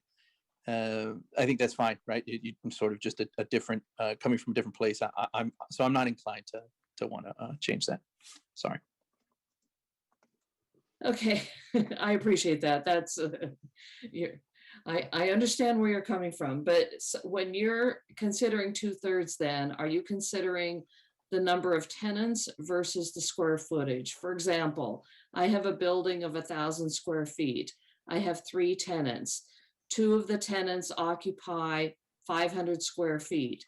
1 tenant occupies 500 square feet. Is it 2/3 if 2 tenants occupy the 500 square feet? Is that what you're considering, 2 of 3 tenants? Or is it the square footage? I think square foot, I mostly deal by square footage, so it's easier for me to follow a square footage calculation and say, okay, 2/3 of this property is being occupied by a tenant. That would be 750 square feet in my example. But if you're saying 2 of 3 tenants, it could be 2 smaller tenants, and the bigger parcel part of the property could be vacant. So that's part of why I'd like to remove the 2/3, because it's confusing and I'm having a hard time determining if it's the square footage or if it's the number of tenants. Councilmember Perales, Yeah, you had, oh, sorry, go ahead. I you know, as I stated, and look, I should have spelled that out. The intent was 2/3 of the rentable space, i.e. square footage. And so that should have been more clear. I did ask staff, since obviously it came up on how we're going to measure it, if they felt one was easier to measure than the other. And that's where I said, you know, I could also go with where staff thinks might be easier to measure, but as a property owner that's leasing out space, as you're now describing, if the 2/3 of the rentable square footage makes more sense, and based on what you just said, I actually do think that makes more sense, especially if you have a very large, tenant occupying, a significant amount of a building, and then a couple smaller tenants. Again, I think that's what would make it more fair, would be just to utilize that. So I'll just make that very clear then in the motion that is the case. It is 2/3 of the rentable square footage. Okay. That helps me. That helps me a lot. There may be times where a commercial property owner can rent out the smaller spaces because it's easier than renting out the larger space, but the total square footage or the square footage that is being rented is still less than 2/3. So that helps me a lot. Thank you for clarifying that it's square footage. I appreciate that. I'm done with my questions. Thank you. Thank you. Michael, did you want to weigh in? I was just going to say we agree with Councilmember Foley that it's better to go to gross GLA, gross leasable area of space, and not go base it on tenant space. So we agree. So I just want to make that statement for paralysis, Councilmember Paralysis, because you asked staff and we anyway, that's our recommendation. So we agree with Foley on that. Okay. We'll come to you in just a moment, Councilmember Cohen. We'll just go through the councilmembers who haven't spoken yet. Councilmember Mann? Yeah, thanks, Mayor. I'll be quick. I just want to go on the record and make sure I'm understanding this correctly. I very much want to see more housing developed, and I appreciate the effort here.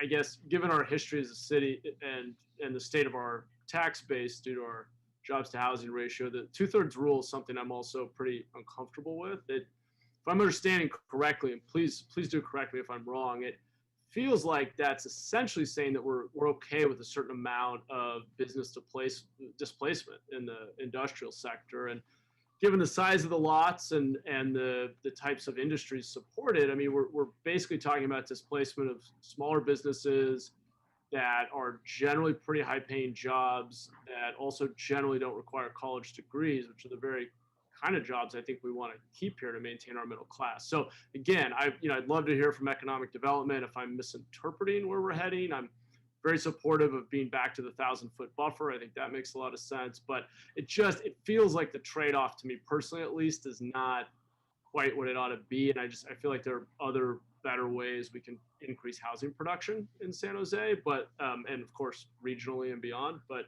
curious if economic development wants to weigh in on any of that. Thank you, council member. I'm guessing, Chris, go ahead, you start.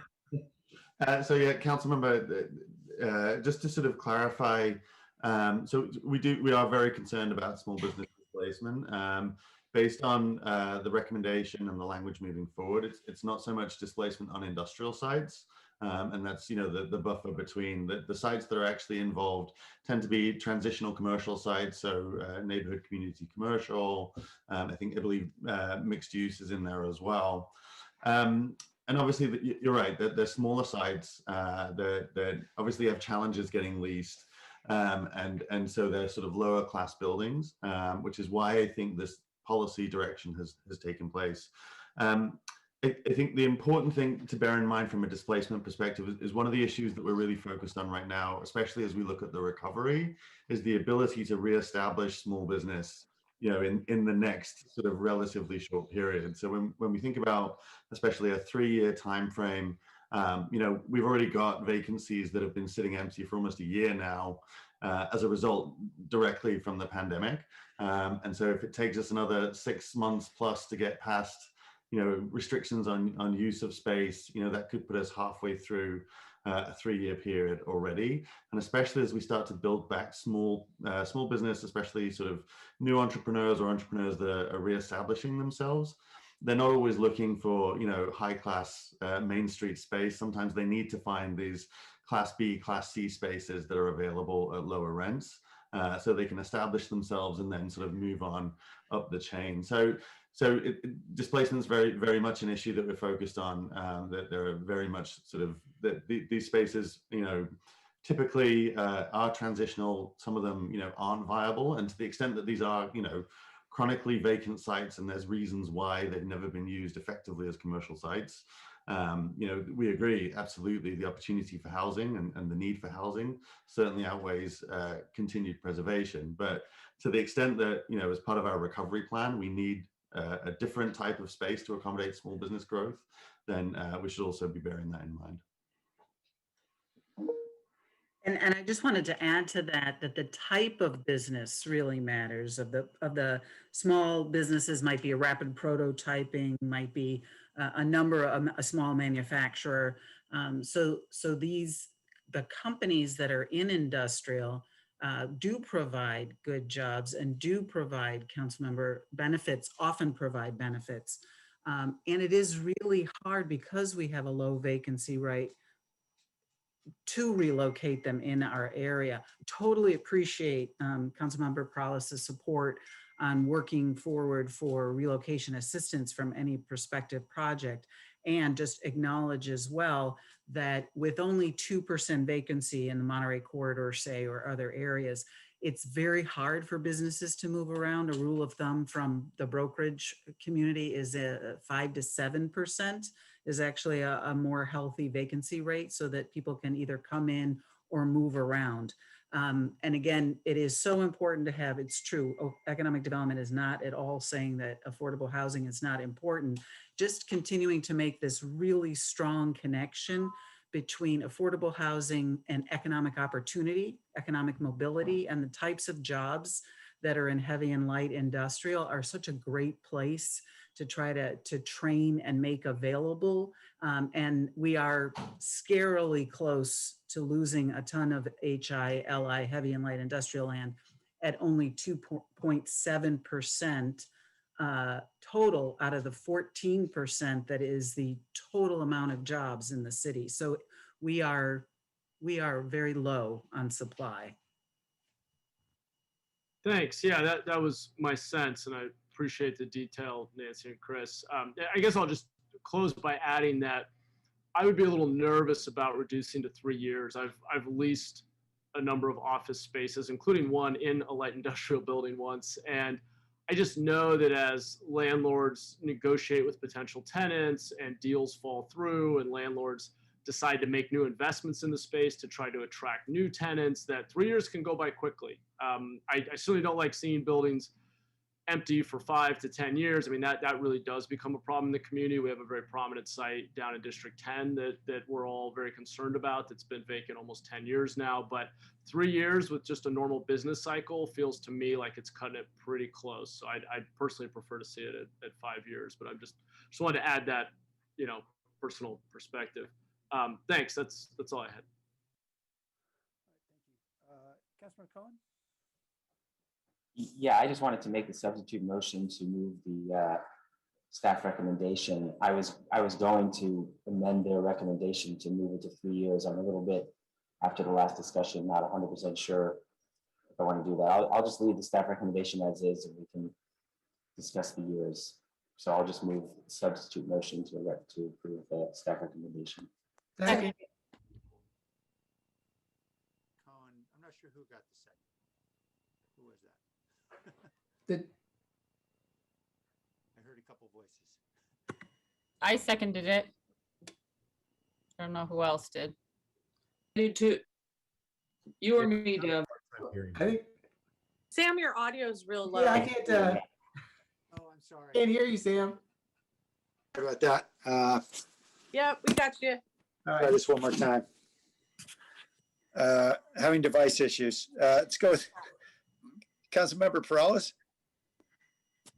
Yeah, I was just going to stage a filibuster here, but no, I was actually going to suggest to amend a part of my motion that would have included, I think, just a little bit more consideration for current tenants, which was in regards to the 1/3 of those tenants that have been occupied from 5 years down to 3 years. But being that that's not the motion on the table anymore, I can see where the ship is sailing. I'm not against the direction here, I think I made a valiant effort. I will support the substitute motion as well. Thanks. Vice Mayor? So I seconded the substitute motion, so that pretty much says everything I need to say, so I'll just leave it at that. Okay, thank you. Councilmember Esparza? Yes. Councilmember Esparza, did you want to speak? Oh, sorry, no. Okay. All right, I'm happy to support the substitute motion. I think those are all the hands. So let's vote on the substitute motion. Jimenez, Yes. Morales, Aye. Cohen, Aye. Roscoe, Aye. Davis, Aye. Esparza, Yes. Arenas, Really? yes. Foley, Aye. Mahan, Aye.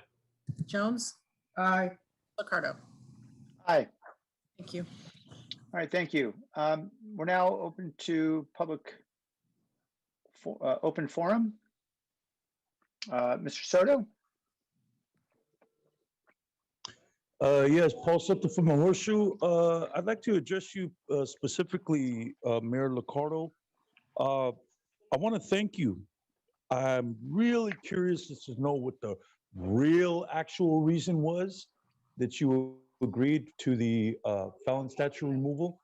I probably never know it, but it was the right thing to do. And it was the right time to do it. And you're going to create a means by which our community can heal from a lot of the historical injustices that stem from that and what flowed from Masonic Lodge 10.